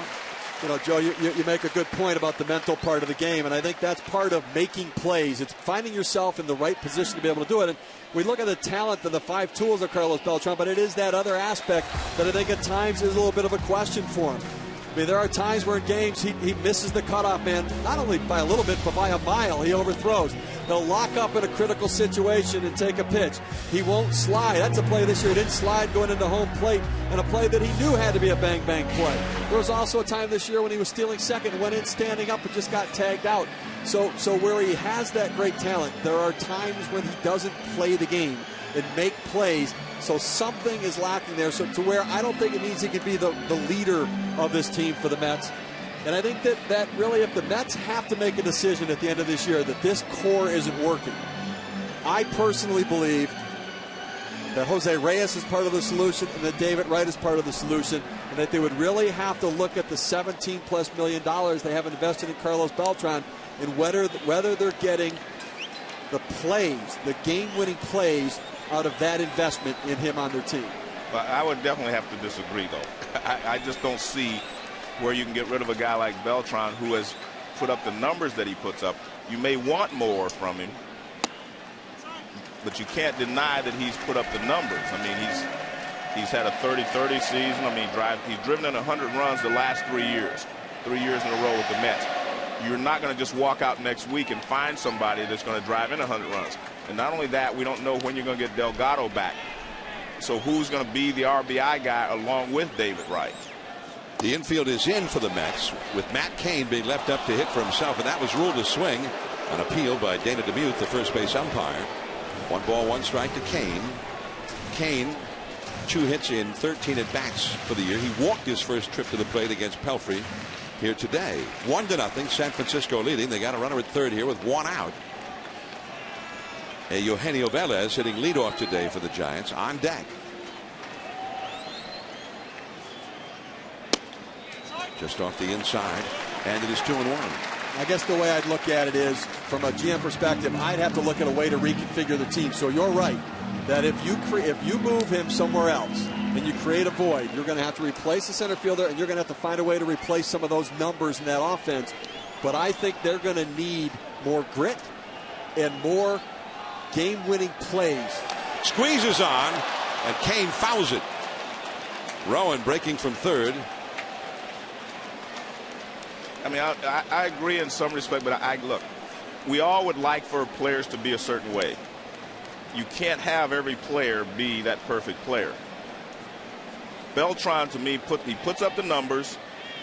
Those numbers are not easily replaced. We can think about it anyway, because he scores runs as well. Yes, now, he scores runs, he drives in runs, he plays great defense. All the things you showed before. So I think, in my opinion, those outweigh anything else, because you just can't go out and replace those numbers. You may be able to find somebody to come in and be a rah-rah or leadership, but you can't replace those numbers. A check swing by Cain, an appeal to DeMuth, and denied this time, and it's 3-2. Leadoff man Velez on deck. Cain walked his last time, the only walk given up by Pelfrey so far. I like the squeeze attempt in that situation. Mike Pelfrey doesn't throw many breaking balls, so he's a sinker ball, fastball pitcher. He's a guy that you tend to be able to try to get the bunt down on it, so I like the attempt from Bruce Bochy to try to make that happen. 3-2. That's a base hit. Aaron Rowan in to score. 2-0 San Francisco. Well, the problem you have when you're a guy like Pelfrey and you're not striking anyone out, they're going to put the ball in play. And even when the pitcher puts the ball in play, he has a chance of getting a base hit. I mean, see, he's just basically throwing a fastball. And a lot of pitchers, when they take batting practice, they can hit the straight fastball. And that's basically what he's doing here. And he's not striking hitters out with a runner at third. So you're getting a chance to drive in the run, and that's what he did. He was able to put the ball in play. Eugenio Velez now. And it is 0-1. Matt Cain, who hit 2 home runs for the Giants last year and has 4 career home runs, just got his 9th career RBI in 205 official at-bats. Jeremy Reed, the first baseman, plays behind him. Pelfrey just stepped off the mound in an awkward fashion again right there. I don't understand the discomfort with what's happening, but again, he came close again to balking as he awkwardly stepped off the mound. And the balk set up this run. Again. Mets has scored twice, and both set up by a balk. Here's one. Velez is a very fast runner. And Cain went in trying to distract Tatis, who has not played shortstop in 11 years. How about that for a pitcher going in hard to try to break up a double play? Fans showing the appreciation.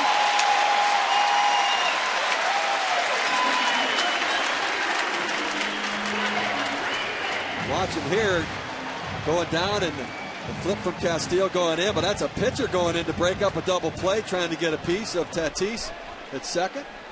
And obviously you don't see Velez anywhere into the play there, but tell you what, I like that. That's how you help yourself win a ball game right there, going in aggressively. Now, they weren't going to get 2 either way, but it does set a tone in competitiveness.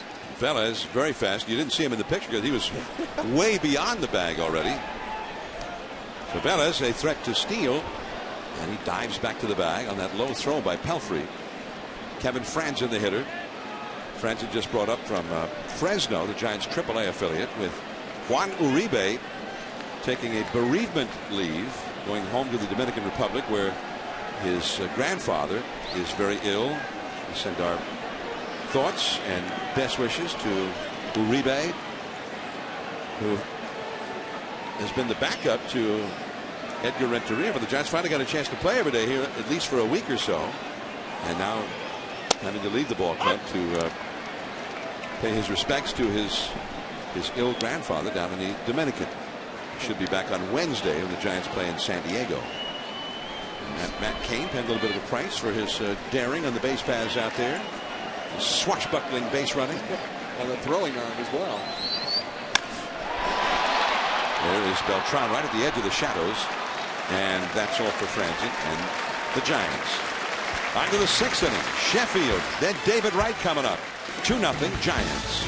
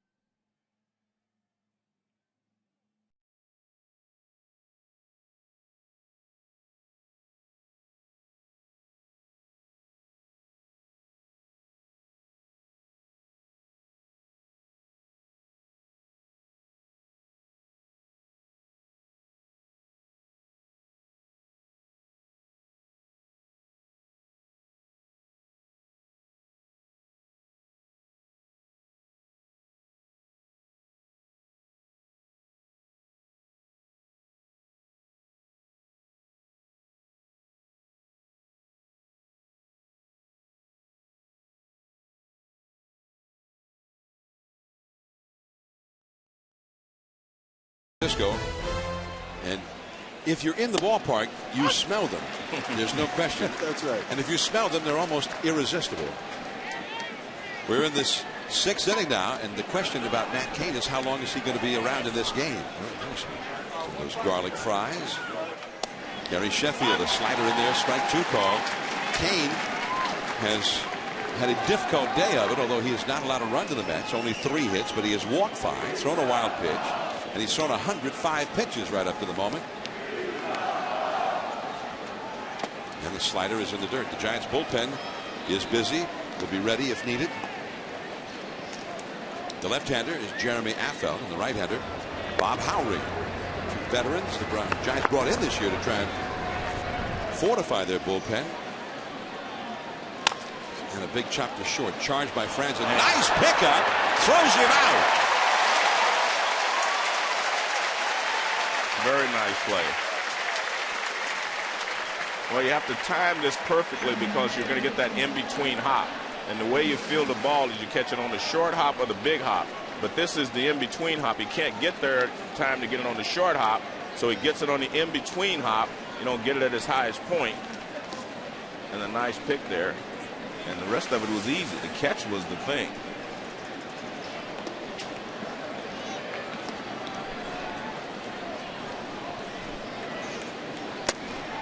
And here's David Wright now. He takes ball 1. By the way, in the Giants bullpen, that had been Affeldt who had gone down there earlier, but that is no longer Affeldt, but rather one of the Giants' regular starting pitchers, Jonathan Sanchez, who is the left-hander warming up. Howry is the right-hander, but that is Sanchez. for 57. Sanchez started Friday, didn't he? the first game of this series on Thursday. Yeah. And Kane way off the outside, and again, suddenly he has lost his release point, lost his feel for the strike zone.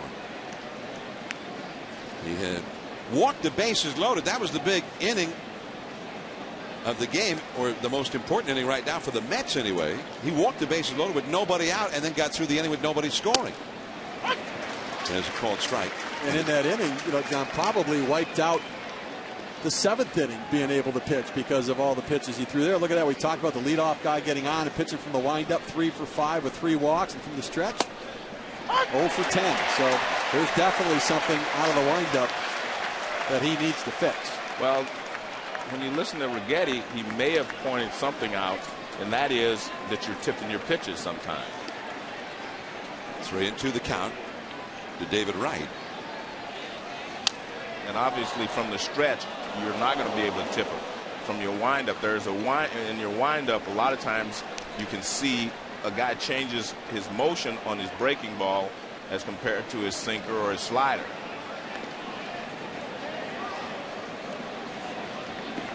He struck him out with a slider in the dirt. Molina tags him out. He comes back to get David Wright. Only his 2nd strikeout of the game. Tomorrow night, Monday Night Baseball, 7 o'clock Eastern. The Twins and the Yankees in New York. ESPN News will be shown in the New York market. Then on Wednesday Night Baseball, presented by Smirnoff Ice at 8 Eastern. It's the Cubs and the Cardinals. ESPN News will be shown in both Chicago and St. Louis. Here is Daniel Murphy with 2 down and nobody on as Kane is trying to get through an inning here with nobody reaching base, which so far he has not done. Well, this is kind of like a normal Giants game, though, John. You can scratch 1 run here, scratch 1 run there, and then hope that your pitching staff can hold it. That's a called strike, too. Well, the Giants had that stretch after a very poor start to the season. They lost an entire Southern California road trip. They were 2-7. And from then until earlier this week, they went 16-8. And that was usually the formula. Right. Bruce Bochy laughingly calls it the Giants' ground game. It's not unusual for the Giants to have a rally that consists of a couple of RBI hits that never left the infield. Well, 2 balks they capitalized on in this one led to the 2 runs. Well, that's a sign of a good team, though, that's taking advantage of the mistakes of the other team. Off the fist foul. I think this game is very, very, very important to the Giants because they're getting ready to go out on the road trip. 16 of their next 22 are on the road. So you have to try to win this ball game and, give yourself a jump start for going on the road. Kane used to working with very little offensive support. The curveball, Ishikawa waves him off, and Kane has his first 1-2-3 inning of the game, and perhaps his final inning of the game. He's at 119 pitches. Sandoval, the Kung Fu Panda, and then Molina coming up for the Giants.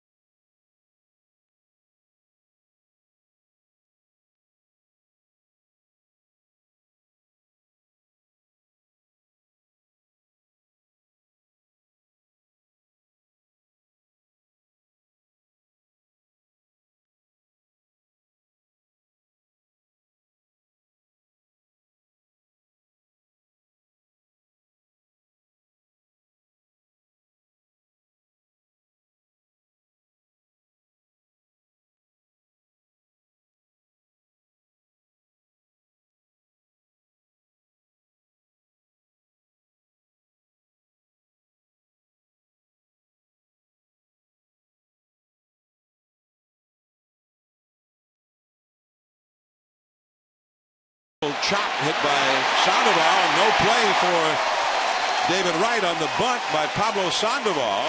Very unusual to see Sandoval drop one down. Well, David Wright was playing deep, and it's a smart play by Sandoval. But the interesting thing we talked about is Sandoval can run. I mean, he's a big guy, but he can move around. And you see David Wright back, he just jumps. Hey, wish I could have done that, man. That was beautiful. I mean, he bunted it like one of the leadoff hitters, knowing what they were doing. That was perfect. So Sandoval gets the bunt single, his second hit of the game. He got a single in the first inning with 2 down, and then was balked to second base by Pelfrey. And then Benjamin Molina, the Giants' RBI leader, singled him home. Giants' second run was in the 5th inning. Rowan led off the inning with a single, and Pelfrey balked him to second. Ishikawa got him to third with a ground out, and Matt Cain, the pitcher, got a base hit to the outfield to bring him home. Well, Mike Pelfrey stepped off the mound, then got back onto the mound, and then looked like he was uncomfortable again and stepped off. And I don't know whether it's the interaction with Santos with the pitch selection or what, but there's clearly something frustrating him, and it's led him into some problems in this game. You take a look here, he's in that same situation. That's the balk from earlier, right? He balked again. It's the same thing he did. Yeah, exactly the same thing he did earlier. Yeah, he balked again. Well, they didn't call it. No, not this time. I didn't want to call this time. We're trying to move the game along there. But yeah, he definitely balked again. I mean, definitely. But there, you see, David Wright was the guy to go in and talk to him. But that's what Jerry Manuel was saying that Delgado had been doing. But since Delgado's not there, maybe that is going to be something that Wright's going to take advantage of and start doing more of. And the Mets bullpen gets busy now. Molina fouls one back into the second deck. 1 ball and 1 strike. In the Mets bullpen, right-handed Nelson Figueroa has started to throw.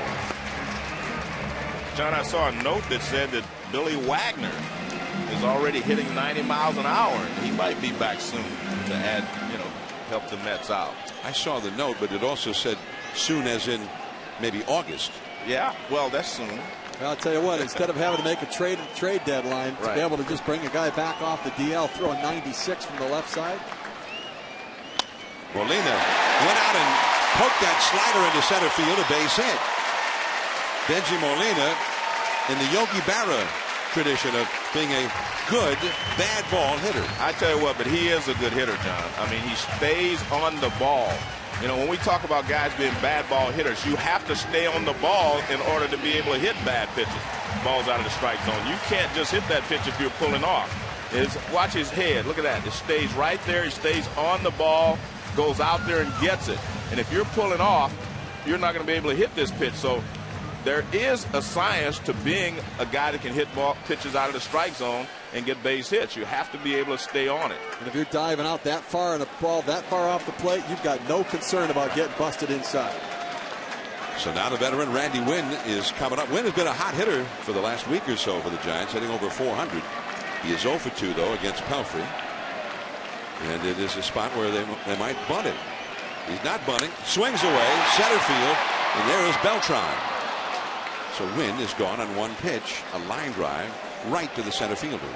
Take a look at what caused some problems so far in this game for Mike Pelfrey. In the first inning, the block kind of caught his spike, tumbled off the mound. Runner advanced, then single down in the left field corner, led to the run. If he hadn't been blocked over, he wouldn't have scored. And then again, somewhat uncomfortable on the mound, got called for the block. Aaron Rowan advances to second, then the base hit ends up scoring him after he was advanced on a ground ball to first base. And those are the only 2 runs of the day for the Giants, who haven't really had that much going on against Pelfrey, other than those 2 innings where he committed the balk.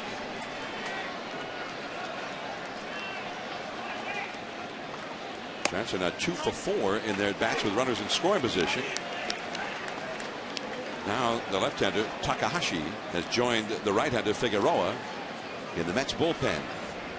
Nate Scherholtz, out of the Giants farm system. He was a member of the United States Olympic baseball team in the Beijing Olympics last summer. He is 0 for 2 in this game. Did it again. He did it again. His 3rd walk of the game. And the second one this inning, 1 being called.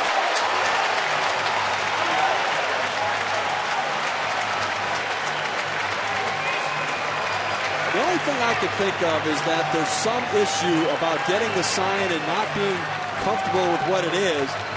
But he seems so uncomfortable on the mound when he gets set on the rubber and starts to look in for a sign. But the problem is, I mean, you've been taking signs since you're a little kid. And there it is. He's moved it. Yeah. You can see him move his hand. Once you start, you have to continue your windup or your stretch. Wherever you're starting, you have to continue unless you step off. And obviously in the windup, you cannot step off. It's still a balk. Dan Worthen, the pitching coach, out to try and calm Pelfrey down. Rather extraordinary that he has committed 3 balks. The first one was just kind of a freakish occurrence. It looked like he caught a spike or something. But the last 2, and it could have been 3, as you pointed out, just something that every pitcher has ingrained in him not to do. Correct.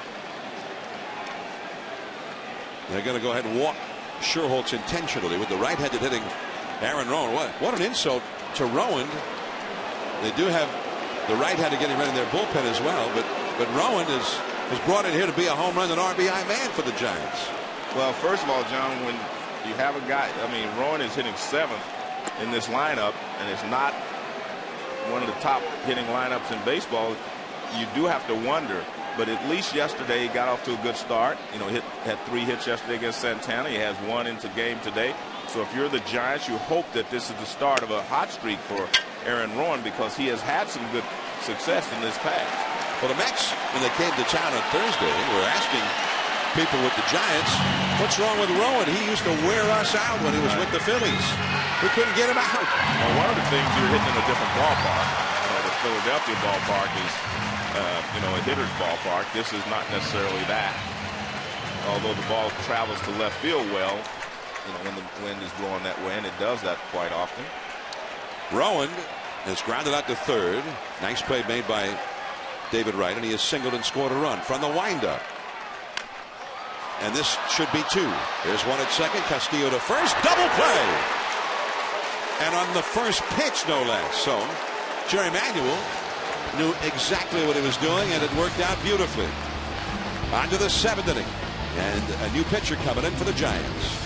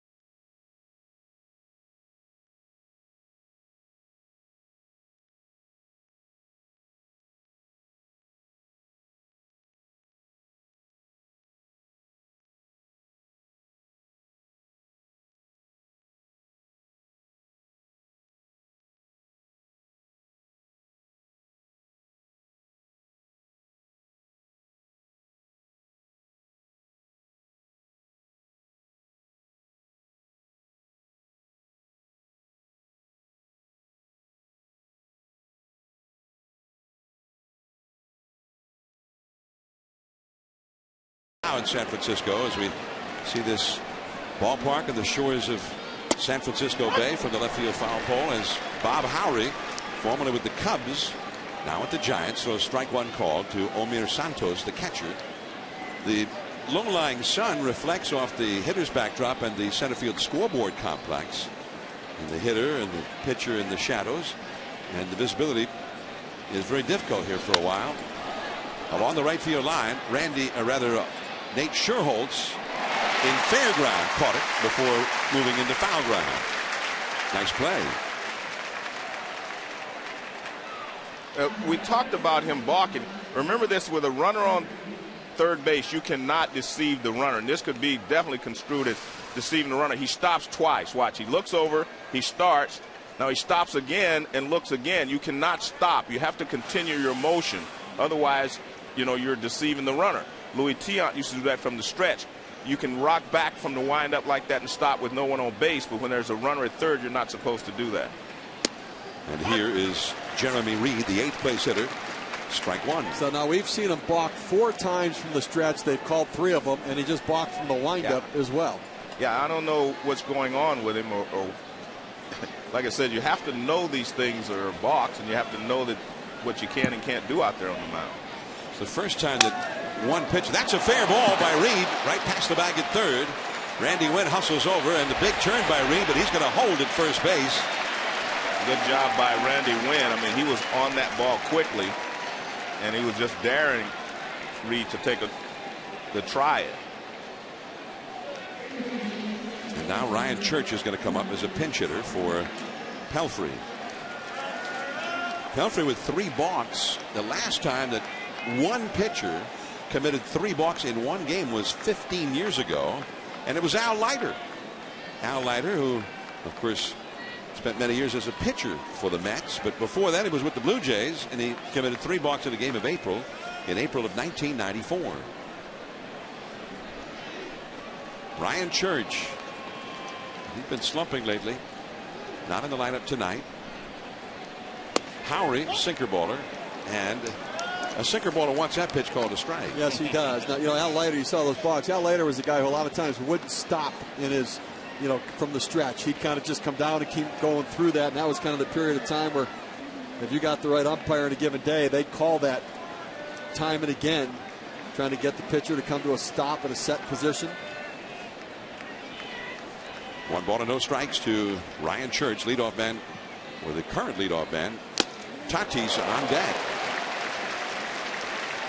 Well, this is kind of the strength of the Giants, their pitching staff, their starting staff, arguably the best starting staff in the league. I'm not so sure about that. I like their starters, Johnson, Lincecum, Kane. I mean, I like all these guys, but I'm not sure who has the best staff in the league, because Cincinnati has a pretty good staff as well. Well, the Giants might have agreed with you a week ago. The whole league might have agreed with you a week ago, but they've had a bad week here at home in what is generally considered a pitcher's ballpark. They, coming into this game tonight, have allowed 44 runs in the 6 games at home this week. Randy Johnson got roughed up here yesterday. Tim Lincecum was not his usual shutdown self here on Friday against the Mets. But I do believe all the running that the Mets did disrupted what the Giants try to do as pitchers, especially their starters.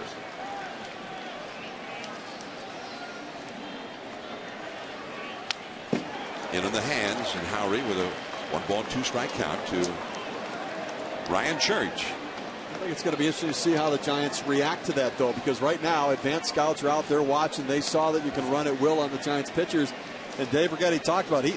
He's talked to these guys time and again about changing the look, changing your movement. Look once, look twice. Don't just get into a rhythm. But they're going to have to make an adjustment. And if they do, then maybe this is a learning experience to make them better as they move forward in the season. 1-2 the count. Howry with a runner at first, 1 out. And he's off the outside. Howry has been battling some painful neck stiffness a night or 2 ago, or he might not have been able to get in the game if they had needed him. Howry, been around a long time, was originally a Giant, but he was traded to the White Sox. The trading deadline in '97 was a blockbuster trade that helped the Giants win the division title. fastball for the strikeout. 2 down. Major League Baseball and People magazine are looking for individuals who have made a difference in their community.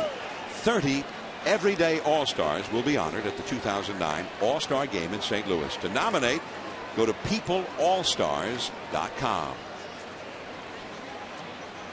2 down. Here is Fernando Tatis, the man who was the original leadoff man today in place of the regular leadoff man. Alex Cora was in there in place of the injured Reyes. Cora got injured, sliding into second for a double in the very first inning. Injured his thumb. That liner by Tatis right to Sandoval, and the inning is over. An 11-pitch inning for Howard. 2-0 San Francisco as we go to the last of the 7th.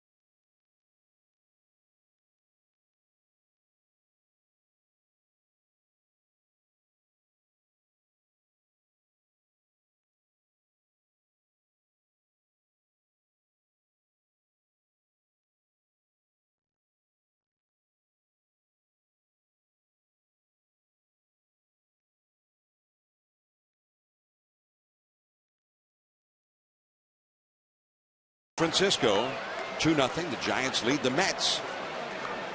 The NBA playoffs on ESPN Tuesday night at 9 Eastern. Game 1 of the Western Conference Finals. The Nuggets and the Lakers before the game catch the 2009 NBA Draft Lottery. Find out which team will pick number 1.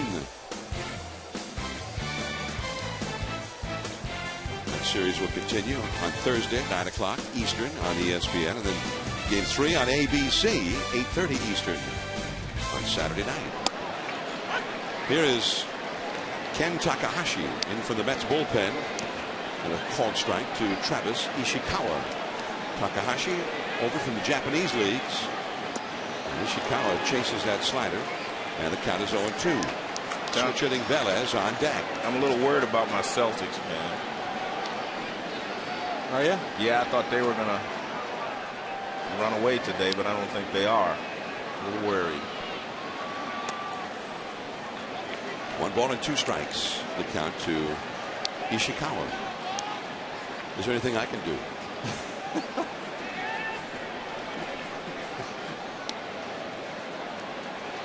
I don't think so, John.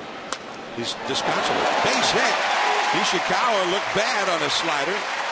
Down to the way. Takahashi tried another one, and Ishikawa hit it through the middle.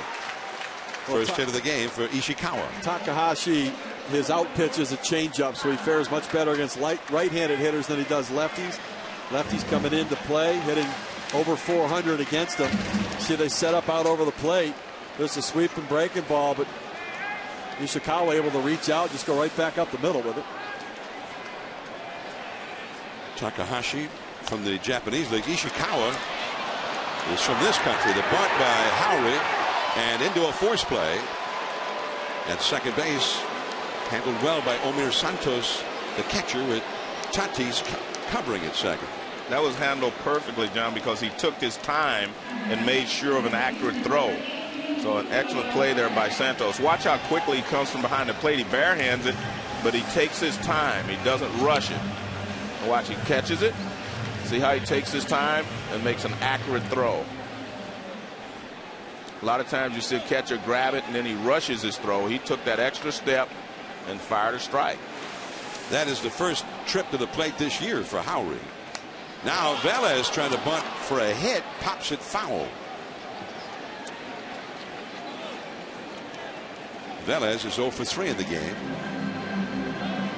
Travis Ishikawa of the Giants, who led off this inning with a single against Takahashi. Ishikawa is from Seattle. Although he was asking a lot of questions after the three of us did the World Baseball Classic finals and semifinals with the Team Japan. He wanted to know about the guy named Uchikawa. And he thought it looked pretty good out there for Team Japan. These games were a lot of fun to do. I particularly liked having Joe go through the defense for the Korean team that time, having to list all the names of the players. I thought you did a great job, Lee. In center, Lee left, and Lee in right. Yeah, that works. Velez with a count of 1 ball and 2 strikes.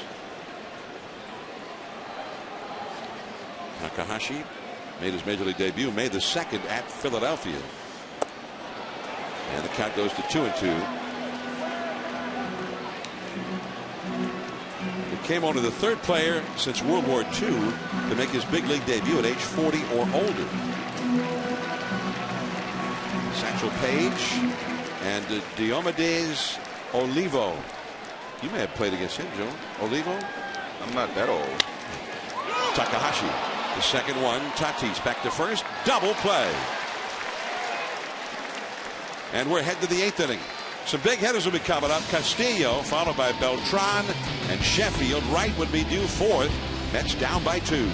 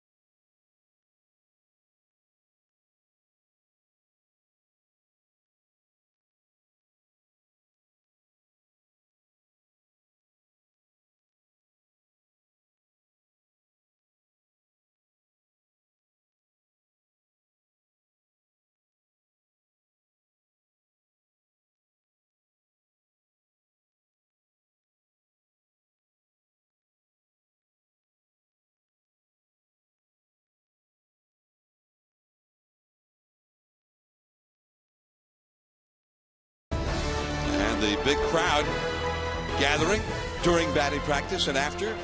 And then the game itself as the shadows extended across the field. MLB.tv, the ultimate baseball experience, featuring 100 out-of-market games per week live on your computer. For more details, visit MLB.tv, where baseball is always on. Bob Howry to Luis Castillo, and called ball one. The Giants bullpen is busy, as is the Mets. New second baseman over the Giants, Emmanuel Burris, replaces Eugenio Velez. Burris is the Giants' regular second baseman, been struggling with the bat all week, given a bit of rest tonight. And Castillo shows bunt, takes a called strike. Castillo's had a sacrifice bunt, is grounded to short and grounded into a force play. Officially 0 for 2. He'll be followed by Carlos Beltran and then Gary Sheffield.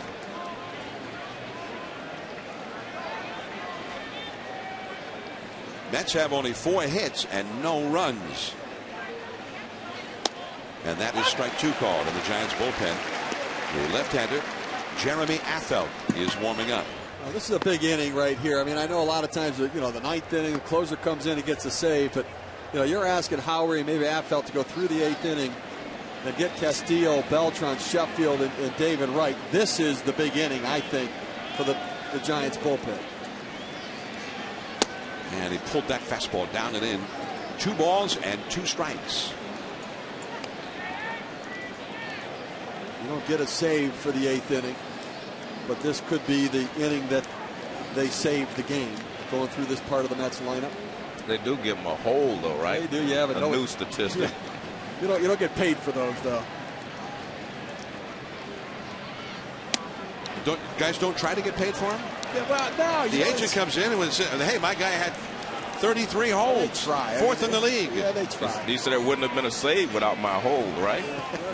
They tried that one. Although, if it's 5-2 and you come in out of the bullpen, and it's 5-4 when you leave, you're still held. You get a hold. Yeah. Literally get credit for a hold. You get a save for that too, don't you?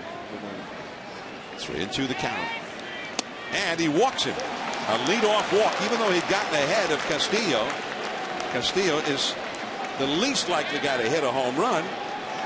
And now he is aboard. And here comes Bruce Bochy with the slugger, Beltran, coming up. And Bochy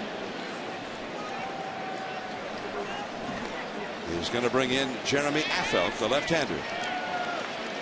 Runner at first, nobody out. Beltran coming up as the possible tying run. Sheffield right behind him. 2-0 Giants. We'll be right back.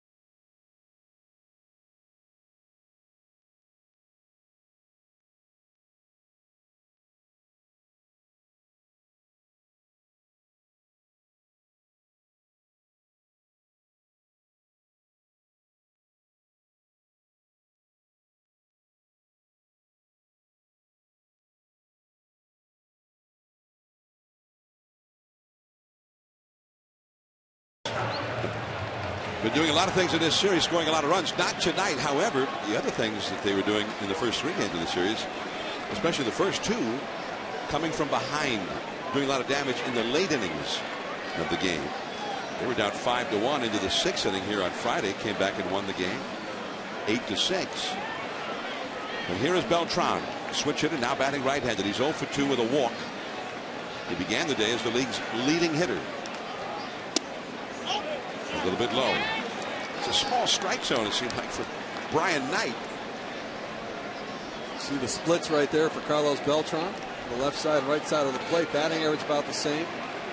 More power against left-handed pitching. The 3 home runs coming in 37 at bats.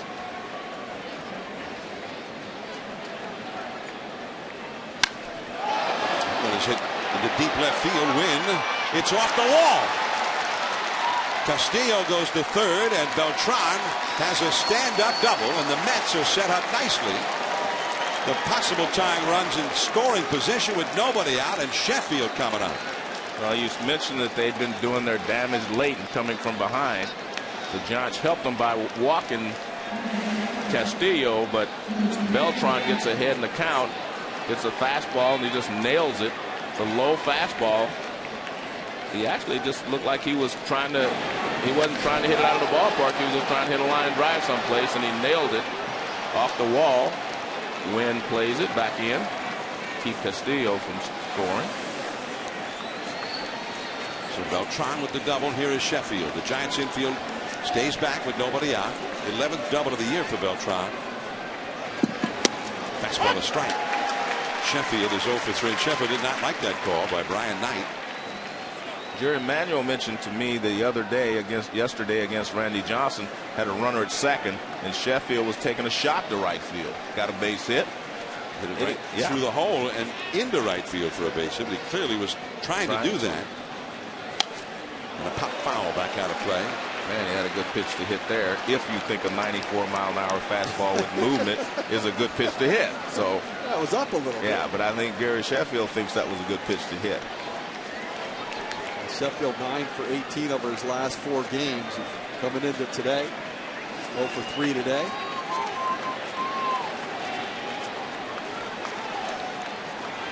Two runners in scoring position with nobody out. Curveball right to the Giants dugout. Hello. Yeah, but that swing, he was completely fooled. Yeah, but he covers the plate.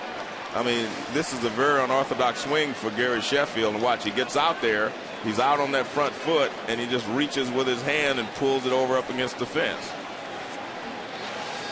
And Jerry Manuel said one of the problems he's going to have is managing a 40-year-old Gary Sheffield, making sure he gets enough at bat, but also gets enough rest. Strike 3 call in the inside corner. Well, it's a nice pitch to come back with the fastball after you made the guy look very awkward on the breaking ball. Well, let's take a look at the sequence of pitches here from FL2. Sheffield, there's a fastball on the inside corner. That's the one I think was still a pretty good pitch to hit. And there's the one he fooled him on, and comes back with another fastball on the inside. You can see all of those touching the edge of K-zone. So they were pretty good pitches. They're going to walk David Wright, whom they have not been able to get out in this series in spots like this. So they'll walk him intentionally with the left-handed hitting Murphy on deck and set up the double play ball. And here comes ball 2. Wright has walked, singled, and struck out in this game. He's had 15 hits in his last 30 at bats, going back to late April with runners in scoring position. Murphy now has left the on deck circle and going back into the dugout. Angel Pagan just added to the roster as Carlos Delgado went on the disabled list. Switch hitter. Pagan just brought in yesterday, and that is ball 4. Let's go to Kevin Nagandi in the studio with his Sports Center right now.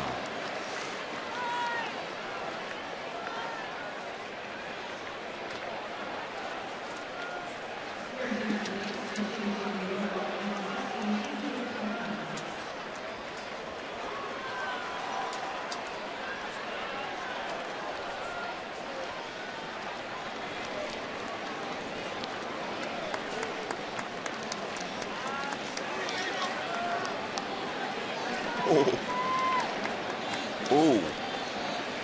You could have kept that secret from me, Kevin. Well, here the bases are loaded. Here is Angel Pagan. A base hit could tie the game. The possible go-ahead run is on base as well. Middle infield double play deck. And the cutter up and in for ball one. Pagan had a bone spur removed from his elbow during spring training. He'd been on a rehab assignment at AAA Buffalo. Came back when Delgado went on the DL. He can run some, so a guy that could be difficult to double up if he puts it on the ground.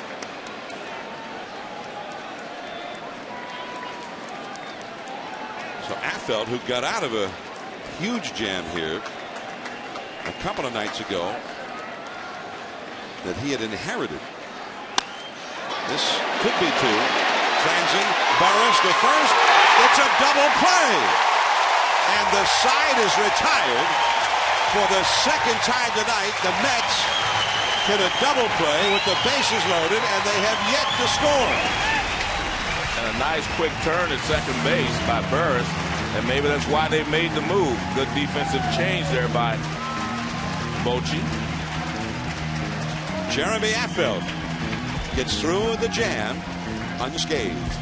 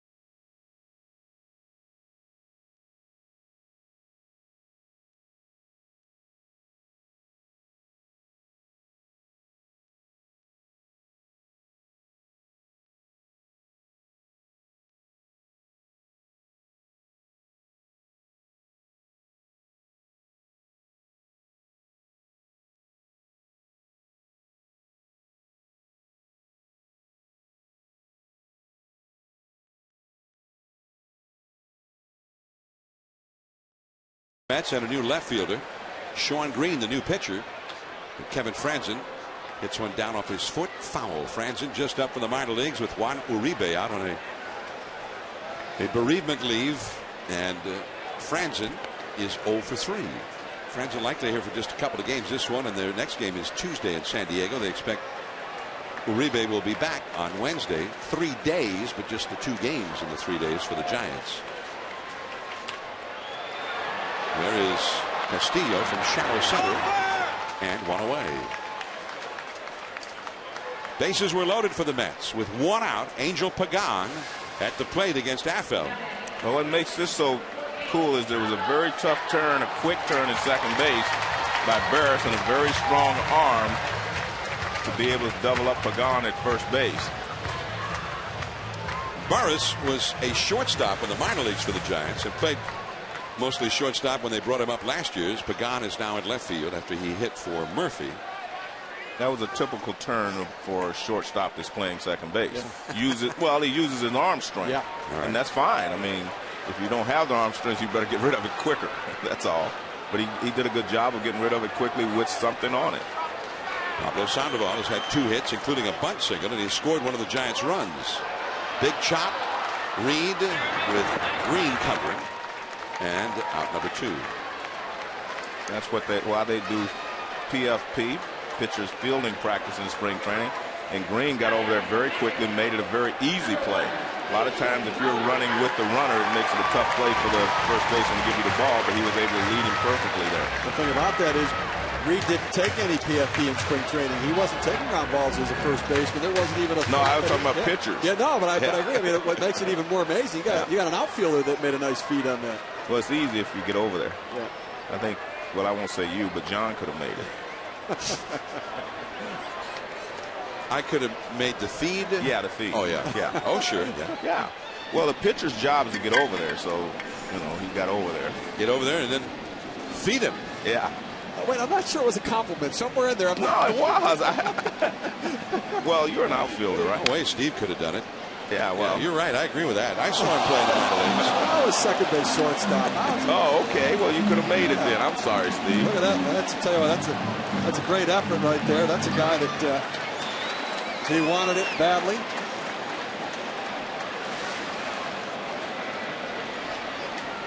Trying to show his range.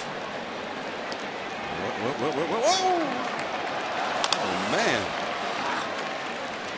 I think you can get one of those at the sporting goods store. Yeah. You know what I mean?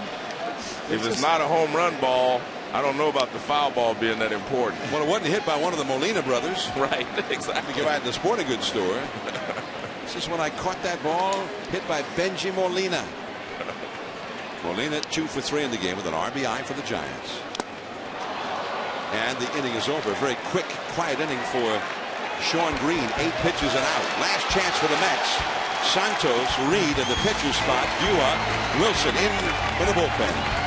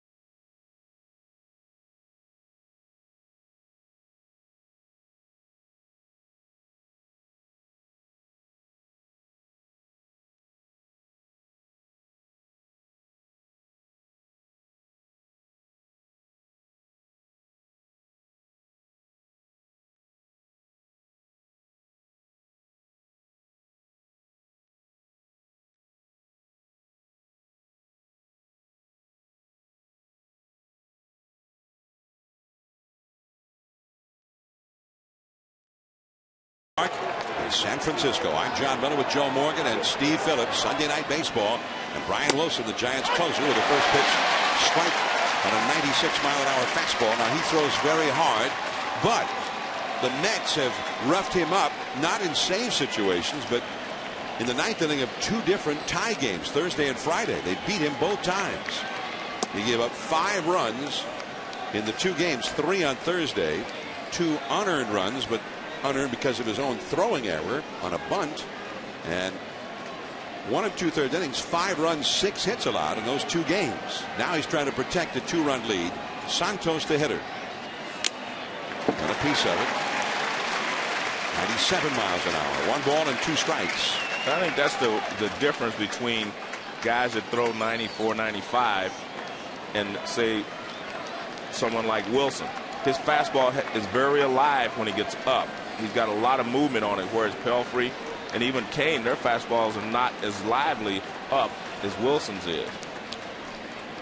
He throws very hard. He's been getting strikeouts this year, more than 1 per inning, but none in his 2 games in this series as he throws that 89-mile-an-hour slider down and away. 2 balls, 2 strikes. And that passes for his off-speed pitch. He worked on a changeup in spring training, but apparently still does not feel very confident in it. I like the slider better than I do the changeup for a guy like him that's a closer. The fastball is fouled off to the right. The slider looks like a changeup, and looks like a fastball. You chase it a lot more, in my opinion, than you would the changeup. It's also hard in any game-critical situation to go to your third-best pitch. Those are the sad story. Thursday and Friday, the first 2 games of the series, were the ones where he got beat. 2-2 the count. And Santos fouls away another one. And this already looks a lot like those 2 games where we're not getting a whole lot of swinging and missing going on. And usually with Wilson, with his stuff, you see a little bit more lack of contact. Well, that 2-strike pitch was in the strike zone. I would like to see him elevate it a little bit more. See if you can get him to chase that pitch upstairs. And again in the strike zone again, yeah. Well, Santos is a guy Jerry Manuel likes. He's got a short stroke, and he thinks he can catch up to a better fastball. In fact, earlier this year, he pulled Ramon Castro out of the game and brought Santos in to face a hard fastball in the 9th inning because he thought he has a better chance of catching up to it. Reed on deck, a left-handed hitter, the pitcher's spot, due up third.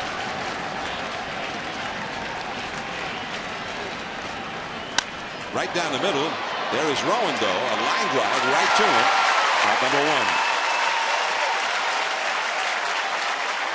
Now our Chevrolet player of the game, and Matt Cain living dangerously.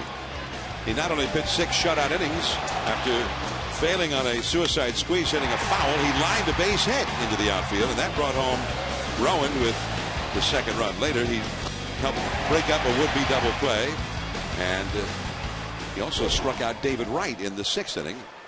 Wright, who has had a monster series for the Mets. Chevrolet proud to recognize today's best and tomorrow's future, supporting youth baseball nationwide. Matt Cain. And Brian Wilson now trying to save this win for Kane. 0-1 the count to Reed.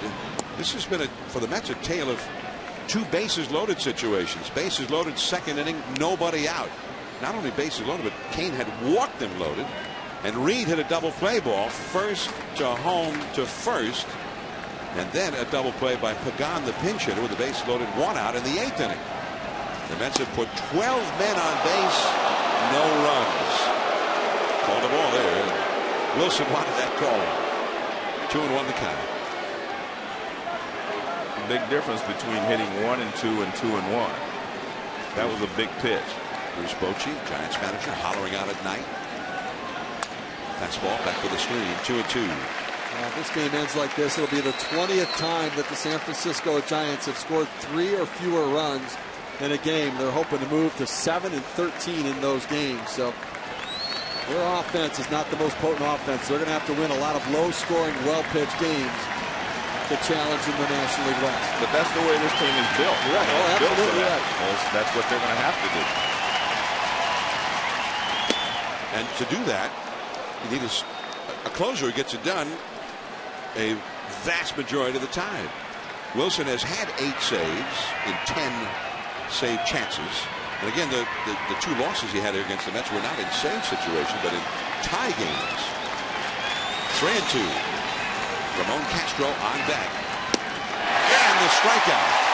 Well, he elevated that one a little bit more. Still not quite where you want it, but with 3 and 2, you've got to get it in the strike zone. So I think when a guy has this kind of fastball with 2 strikes, you get the ball up, you're going to get a lot of swings and misses, even guys chasing balls out of the strike zone. But when you throw strikes with it, a lot of guys can fight it off and put it in play, or at least get another pitch. 2 down and nobody on. Ramon Castro, the Mets catcher. Strike 1 call.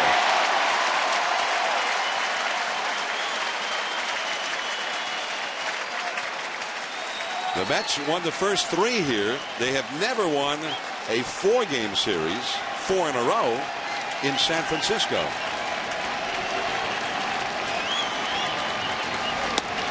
Just off the inside. It's been a long time since they've just even won the first 3 games of a series in San Francisco. It's always been a tough place for the Mets to play. I know during my tenure there, we really struggled here, except for the playoffs. We played all right, but regular season, always a tough place. Here is Sandoval. And the ball game is over. Brian Wilson saves it for Matt Cain. And the Mets do not get to sweep. They're heading down to Los Angeles now to face the Dodgers.